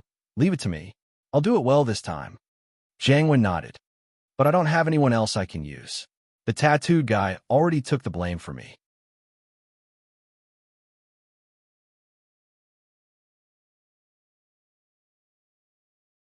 Chapter 849. Jiang Wen's kidney transplant. Don't worry. Father, I know what I'm doing. But can you send me another person who can run errands? Otherwise, these two won't be able to help me take care of things. Jiang Wen wasn't an idiot. One was a fighter, and the other was a doctor. They were both important figures in the Firewolves, and so he couldn't just use them as scapegoats. The kidney trafficking company had taught him a lesson. He had to have a backup plan. He was lucky enough to escape this time, but he had to be more careful next time. He had to prepare a scapegoat for his crimes. Otherwise, the next person to go to jail would be him. Haha, of course, you don't have to worry about that. And Mingwei smiled. I've found a suitable candidate. He's a wanted criminal, and he only has a junior high schooler at home. He can help you. How could Mingwei not know what his son was thinking? Plus, he didn't want anything to happen to Jiang Wen, so he had to arrange everything in advance. Oh, so this person doesn't have anything to worry about? Jiang Wen asked quickly. Nope, he only has a junior high schooler at home. After he committed the crime, he lied to his brother, saying that he went overseas to work. And Mingwei said, I've already sent some money to his brother a few days ago, saying that his brother won't be back for a while. That's good. Jiang Wen nodded. Leave this arena to me. I'll make it great for you. Jiang Wen hung up the phone. He was very excited. The second spring of his career was about to come. He thought that he would be neglected by the firewolves for a while, but it seemed like his father's relationship with the firewolves wasn't just a shallow one. But when he thought about the fact that the firewolves sent a mystic early-phase peak wasn't going to be his bodyguard or fighter, Jiang Wen felt a little depressed. How great would it be if this person was his subordinate? Then he could be arrogant and tyrannical in Songzhan City again. In fact, Jiang Wen didn't have a decent follower. Otherwise, he wouldn't even care about Zhao Qibing, what was an illegitimate son of a hidden house. Even the direct descendants of the hidden families had to be respectful in front of the Fire Wolf Gang's division leader. This was also why Jiang Wen didn't give Qibing any face. Qibing knew that Jiang Wen had the firewolves behind him, so he didn't dare to act recklessly. However, the secrets of the firewolves were only known to those who stood at a certain level. Zhao Qibing knew a thing or two about them, and knew that the firewolves were not to be messed with. Sihua, on the other hand, had no idea how strong the firewolves were. Right now, Jiang Wen felt that all he needed was a kidney, and he'd be able to regain his glory. Now that he had a career and powerful subordinates, all he had to do was install a kidney, and he would once again be one of Songshan's 4 young masters. Jiang Wen hung up his father's call and was about to call Pin Liang, but Pin Liang's call came in before he could make the call. Jiang Wen picked it up quickly. "Hello, Brother Pin Liang? How was it? Are the results out yet?" "Hey, we're out." Pin Liang pretended to be in pain and said worriedly, "It really isn't a match. My kidney." "Pin Liang bro, I'm sorry for your loss. I'll get you a good kidney, for sure." "Look, is your kidney?" Jiang Wen asked carefully. "Yeah, since it's yours, I'll have to return it to its rightful owner." Pin Liang sighed. "And bro, you can't forget me in the future. You have to give me a good kidney." "Of course. When do you think we should do the surgery?" Jiang Wen was worried that something might happen if something went wrong.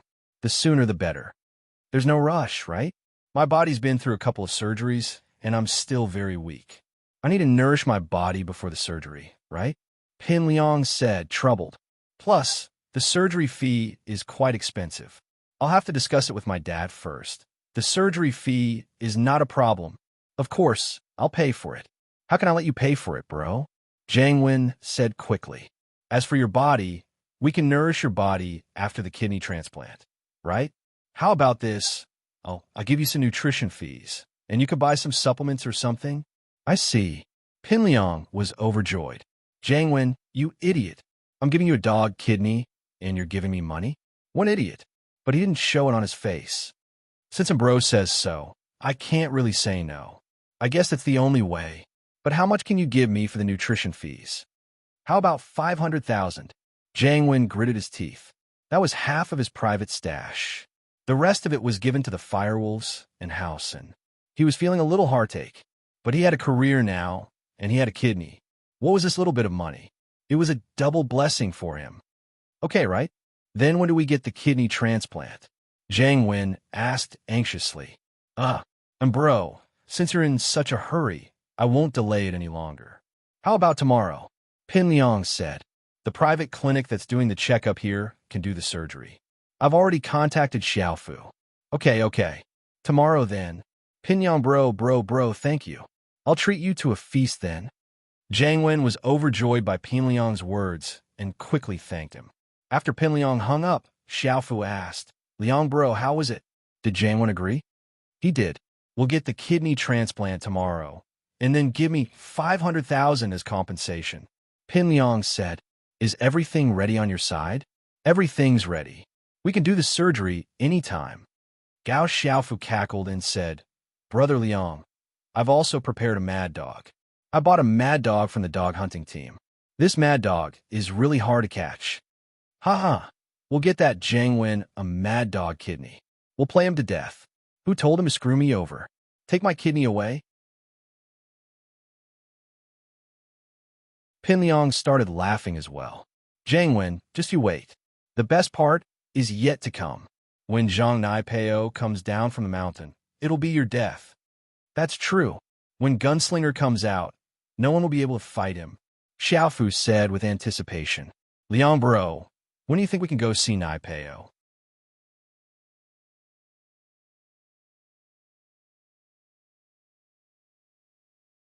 Chapter 850.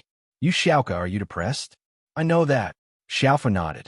The two of them had grown up amidst great joys and sorrows. How childish were they when they thought back to what they'd done? But how many people hadn't been childish before in their lives? How many people hadn't grown up amidst failure? Pinliang and Xiaofu's thoughts had deepened, and they no longer showed their hatred on their faces and fought their enemies head-on. They now knew how to use schemes and strategies. The next morning, Pinliang and Xiaofu arrived at the private clinic they'd agreed on earlier. This clinic was under Tsihua's jurisdiction, and Xiaofu was able to easily reach an agreement with the doctors here, using Tsihua's name. Jiang Wen thought that it'd be hard for a normal clinic to complete a kidney transplant, but after seeing the size of this clinic, he let go of that worry.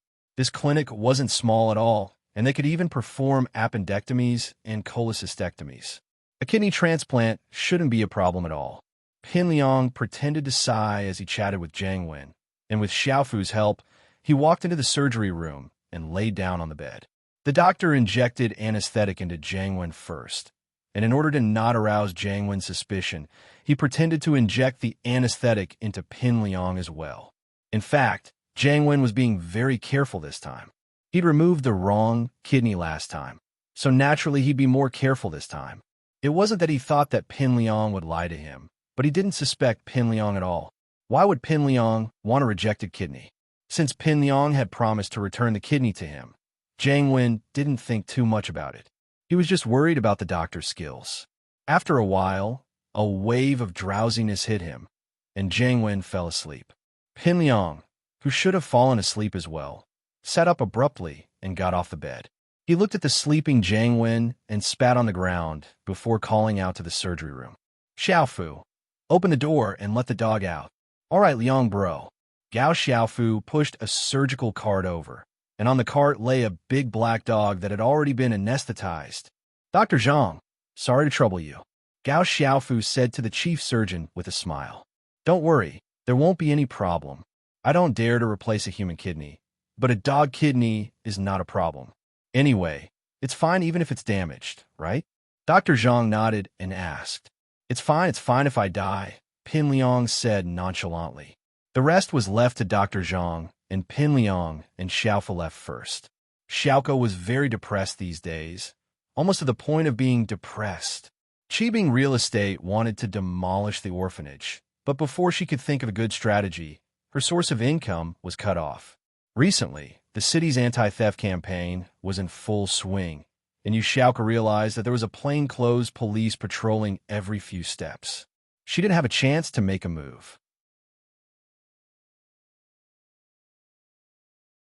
Moreover, committing a crime at a time like this was no different from asking for death. Although what she did wasn't enough for Ling Shan to issue a wanted order for her, who knew if Ling Shan told her subordinates about her appearance? What if she was recognized for being sneaky? However, she had to go out and earn money. The orphanage's expenses were getting higher and higher, and if this continued, they would be running out of money. Xiaoka was depressed and anxious. Xiaoka, what are you doing? You're walking around the house, and I'm getting dizzy. The dean couldn't help but ask when she saw Xiaoka walking around like a headless fly.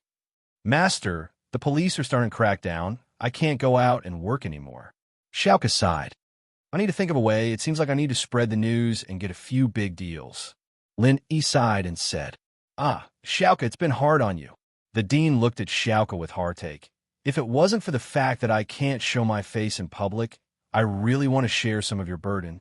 You're only 18, and you should be enjoying your youth without any worries. But you have such a heavy burden on you every day. Master, you're treating me like an outsider. You treat me like a daughter, and I share your burden. Isn't that what I should do? Xiaoka didn't think that she was suffering much. It had been so many years, and she was used to it.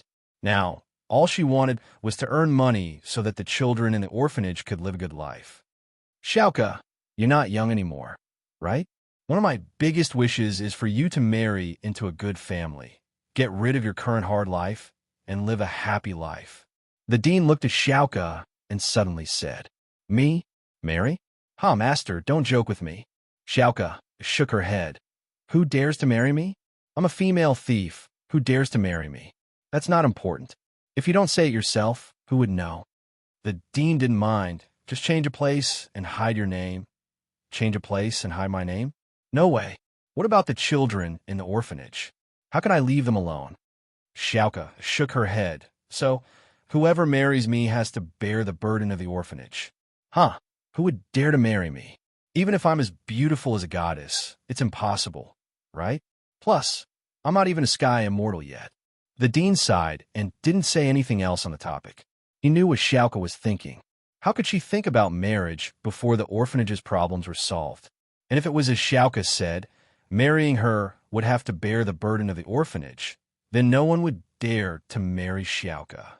Xiaoka was pretty, but she was used to playing around outside, and she was a female thief. Which rich family would want a girl like that?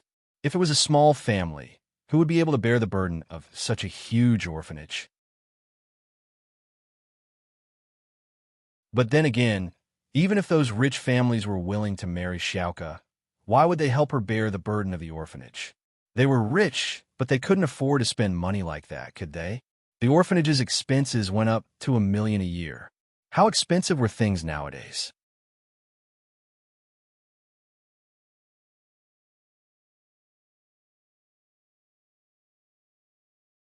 Chapter 851. House Kang's urging, what else can we do? We have to try, right? At least our sex Qin Gong is good, and we're good at mechanisms. We're better than them, Yu Xiaoka said proudly. Last time, I helped them rob tombs. If it wasn't for me, they'd be dead already. Just be careful. The dean knew that Yu Xiaoka had made up her mind, so he didn't try to persuade her anymore. The orphanage couldn't lose its income, or else it wouldn't be able to survive. Yu Xiaoka posted a mission on the Thief's Door's website and waited for people to accept it. But normally, once a mission was issued, there wouldn't be people looking for it immediately. So during this time, Yu Xiaoka decided to do something. After thinking about it, she felt that she didn't have any skills. The only thing she could think of was to sell flowers in front of the hospital. The risk was low, and she could still make a profit. After thinking about it, she brought Xiao Qin and the older kids to the wholesale market to buy some flowers. They started selling flowers in front of the first public hospital. In fact, there was a local boss who controlled the sales of flowers, but he knew Yu Xiaoka. He knew that she was a cat burglar and that she wasn't someone to be messed with.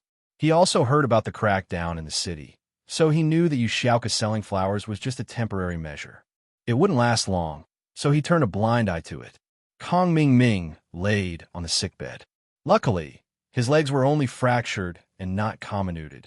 It was a relatively light fracture, but as the saying goes, it takes 100 days to recover from an injury. Even if Kong Ming had some good medicine, he wouldn't be able to walk in a short amount of time. Fortunately, the wheelchairs were more intelligent. They could move forward and backward, and they could even turn corners. Wang Shubing and Zhu Xiaozhong followed them, so it didn't take too long. Today was the day that Kong Ming was discharged. Other than the terminally ill, it was a good thing for normal people to be discharged, but Kong Ming wasn't in a good mood. Guan Exan hadn't visited Kong Ming ever since she'd laid in bed for so many days. Kong Ming's main reason for staying in hospital was to get close to Guan Exan, but now that he hadn't gotten close to her, he'd suffered for a few days in vain. Shubin, do you have any other good ideas? Kong Ming was panicking. His family had been calling him all the time, urging him to get Guan Exan as soon as possible. But his leg was broken. Where would he get the chance to get Guan Exan? Master Ming, I don't think we should use the excuse of being sick to get close to Guan Exan, Wang Shubing said after some thought. Nonsense. You think I don't know? Even Guan Exan is starting to get suspicious. If I get sick again, even if she doesn't think I did it on purpose, she'll still think that I'm an unlucky bastard who gets sick all the time. Who will want to be friends with me? Kong Ming snorted. Plus, which patient she's in charge of has such a bad injury? She won't be able to control it well if it's light or heavy. Yeah, but I really can't think of any good ideas, Wang Shubing said carefully. The guides on picking up girls on the internet are all bullsh*t. They're just to trick people. There's no practical use at all. What are they saying on the internet? Kong Ming Ming asked. They're all about drugging her, getting on the car first, and then paying for the ticket. Wang Shubing said. What the fuck, you're on porn, right? What kind of nonsense is this? Kong Ming Ming heard Wang Shubing's words and knew that it was impossible. If he drugged Guan Xin, it'd be good enough if she didn't hate him to death. How could she tell him the formula? To hell with it. Yes. Yes. Wang Shubing wiped the sweat off his forehead. Didn't you tell me to go see her? But he didn't dare to refute. As they were talking, Kong Ming Ming's phone rang. Kong Ming picked it up and saw that it was his brother Kong Xiaolong. He quickly picked it up. Brother? Xiaoming, I heard that you're leaving the hospital today. How's it going? Xiaolong had something to discuss with Kong Ming Ming, but Kong Ming had just been discharged from the hospital. As his brother, he had to visit him. I'm all right, but I still have to sit in a wheelchair. Brother, what's up? Kong Ming Ming asked. Isn't it that thing? Xiaolong sighed. The Xiao family came looking for Grandpa to force the marriage. They even brought a mystic class master. Motherfucker, are they trying to scare us? That's why you need to hurry up and get Guan Xin to give us the prescription. No matter what you do, you have to get it done as soon as possible. Otherwise, I'll have no choice but to marry Wang Xinyan. Kong Ming Ming thought that marrying Wang Xinyan would be a beautiful thing. If he was the one to marry her, he'd be more than happy to do so. But he also knew that if House Kong really had the formula for the pill of life extension and toxin cleansing, they'd have a qualitative leap. With this formula, they'd become one of the most powerful houses in the world. Although the aristocratic families that had consumed the pill of life extension and toxin cleansing didn't publicly announce the effects of the pill, they had secretly sent people to the Kong family to inquire if they had any intention of selling the pill of life extension and toxin cleansing they had purchased at the auction. If they could, they would offer a reasonable price. Reasonable price? House Kong had already spent more than 400 million on the pill of life extension and toxin cleansing. Wouldn't a reasonable price be more than 400 million? It was unimaginable. But Kong Ming Ming knew that even if they spent 500 million, it would still be worth it to some of the older members of the big houses or even the hidden houses.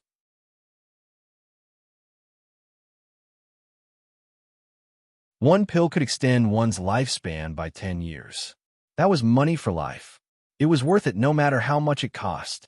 Plus, Kong Ming Ming had experienced the effects of the pill of life extension and toxin cleansing firsthand, and he was still benefiting from it. His cold from before, and now that he'd been smashed by the house, had healed rather quickly. It was all thanks to the changes in his body. If it were the old Kong Ming Ming, with his weak kidneys, he'd be lying in the hospital a long time ago. As a result, once House Kong got the formula and refined the pill of life extension and toxin cleansing, wouldn't all the other houses have to give him some face? At that time, the Kong family would be promoted to an aristocratic family, and that would be a matter of course. I'll hurry, Kong Ming Ming said. But we can't rush this, right?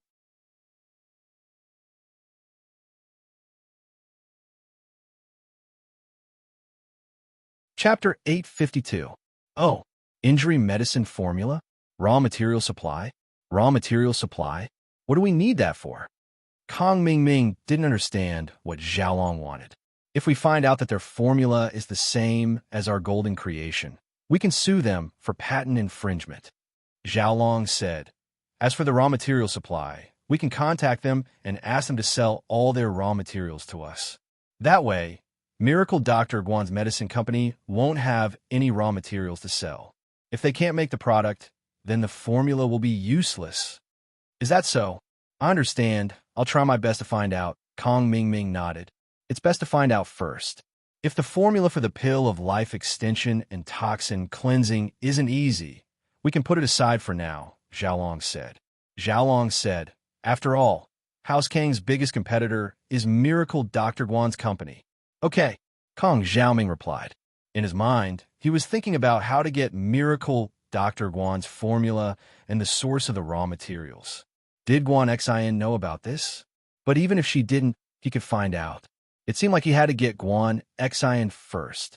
After hanging up, Kong Ming Ming was panicking. Miracle Dr. Guan's medicine company was going to release their new product next month. It would be too much of a rush to get the formula before then. Wang Shubing, things have changed. We have to get Guan Xi in as soon as possible. Kong Xiaoming didn't hide his intentions from his confidant. My big brother is already rushing me. Miracle Dr. Guan's medical company will be releasing their product into the market next month. We need to get the formula of the injury medicine and the raw material purchasing channel before that happens. Kong Xiaoming didn't hide his intentions from his confidant. Wang Shubing and Zhu Xiaozhong had helped him do some evil things before, such as murdering Xiaofan, so these things weren't a big deal in their eyes. Master Ming, that's going to be a bit difficult. Guan Xian's a pure and innocent girl with a strong sense of self-defense. With her family background, she won't be easily tempted by money. That's why our methods of picking up girls like they're dirt aren't going to work. Wang Shubin frowned and sighed. Guan Xian is a girl from a wealthy family. She likes romantic love, but we don't have much to be romantic about. Romantic? Damn it, I didn't know what romance was 10 years ago. Whenever I saw a pretty girl, I would throw money at her. Kong Ming said fiercely, but I don't care. Think of a romantic way for me right now. I need to finish Guan Xian as soon as possible. There's no time. Wang Shubing was speechless. We're going to go to find romance at this time. However, since it was Kong Ming's order, he could not disobey it. He could only think hard. Even though Zhu Xiaozhong wasn't named by Kong Ming, there was no guarantee that Kong Ming would ask him, so he didn't dare delay. While Wang Shubin was thinking, Zhu Xiaozhong was also thinking of a solution. You three, why are you standing in the middle of the hospital's entrance? Do you want to die? The three of them were thinking hard when they suddenly heard a loud shout. Kong Ming looked up and saw a hearse entering the hospital. The three of them were standing in the middle of the entrance, blocking the hearse's way. The driver of the hearse was holding a wreath to pick up the deceased, but when he reached the entrance, he was blocked by Kong Ming's group. He honked for a long time, but the three of them didn't hear him. The driver had no choice but to open the window and yell at them. However, Zhu Xiaozhong was an arrogant person. He was usually as domineering as a crab, but when he heard someone scolding him, he immediately became angry. He glared at the hearse driver and cursed. Who are you calling courting death? You old bastard, you don't want to live anymore, do you? Do you know who I am? Why are you in such a hurry? Do you want to die? The hearse driver was just angry at the moment, so he spoke without thinking. As long as Zhu Xiaozhong moved out of the way, he would let it go. However, when he saw Zhu Xiaozhong's arrogance, blocking the road and still speaking reasonably, he became angry. I am in a hurry to pick up the deceased. What's wrong? If you don't move out of the way, I will run you over and give you a wreath. I will take you to the crematorium on the way. Huh? Zhu Xiaozhong wanted to continue yelling, but when he heard the driver say he would give him a wreath, he suddenly had an idea. Wreath. Flowers. Yes, if there was anything romantic, it would be giving flowers. He had seen some soap operas before. In those soap operas, the male protagonist would use flowers to woo the female protagonist. They would create a sea of flowers, and then the male protagonist would stand in the middle of the sea of flowers with a broken guitar, confessing his love. Although Guan Xen wasn't a gold digger, she definitely couldn't stand such a romantic sea of flowers. Every girl wanted to have a romantic courtship like this, so Guan Xen was no exception. Zhu Xiaozhong was so happy that he danced with joy. His gaze towards the hearse driver was a lot gentler than before. This person was a great help to him. So Zhu Xiaozhong smiled at the hearse driver. Thank you. The hearse driver was dumbfounded. What kind of person was this? He was giving him a wreath, and he was thanking him? Was there something wrong with him? Was he crazy? Thinking of this possibility, and seeing Zhu Xiaozhong's gratified smile, the driver shuddered. He suddenly remembered that this was a hospital. Could this person in front of him be a mental patient? Thinking of this possibility, the driver was shocked. It wasn't against the law for this psychopath to kill someone. He couldn't provoke him. He quickly reversed the car and prepared to leave from the back door of the hospital. He didn't want to provoke this psychopath and invite an unexpected disaster. Zhu Xiaozheng didn't have the mood to care about what the driver was thinking. He quickly turned to Kong Ming. Master Ming, I have a good idea. What is it? Hurry up and tell me. Kong Ming asked impatiently. It's like this. We can use the flower sea tactic. Wang Shubing said, Master Ming, we could buy a bunch of flowers and place them in the courtyard of the hospital. Then you can confess to Guan Xin in front of everyone. How romantic would that be? When Guan Xin is touched, she might give you a chance. Oh, will that work? Kong Xiaoming listened to Wang Shubin's plan and felt that it was feasible. He couldn't help but feel moved. You're tuning into the Romance Rendezvous YouTube channel. We're so grateful for your support, and don't forget to subscribe to join us on this incredible journey through captivating stories. Your generosity through donations truly makes a world of difference, as it's the primary source of revenue that allows me to expand and enhance this channel for you. Thank you from the bottom of my heart for being a part of this adventure.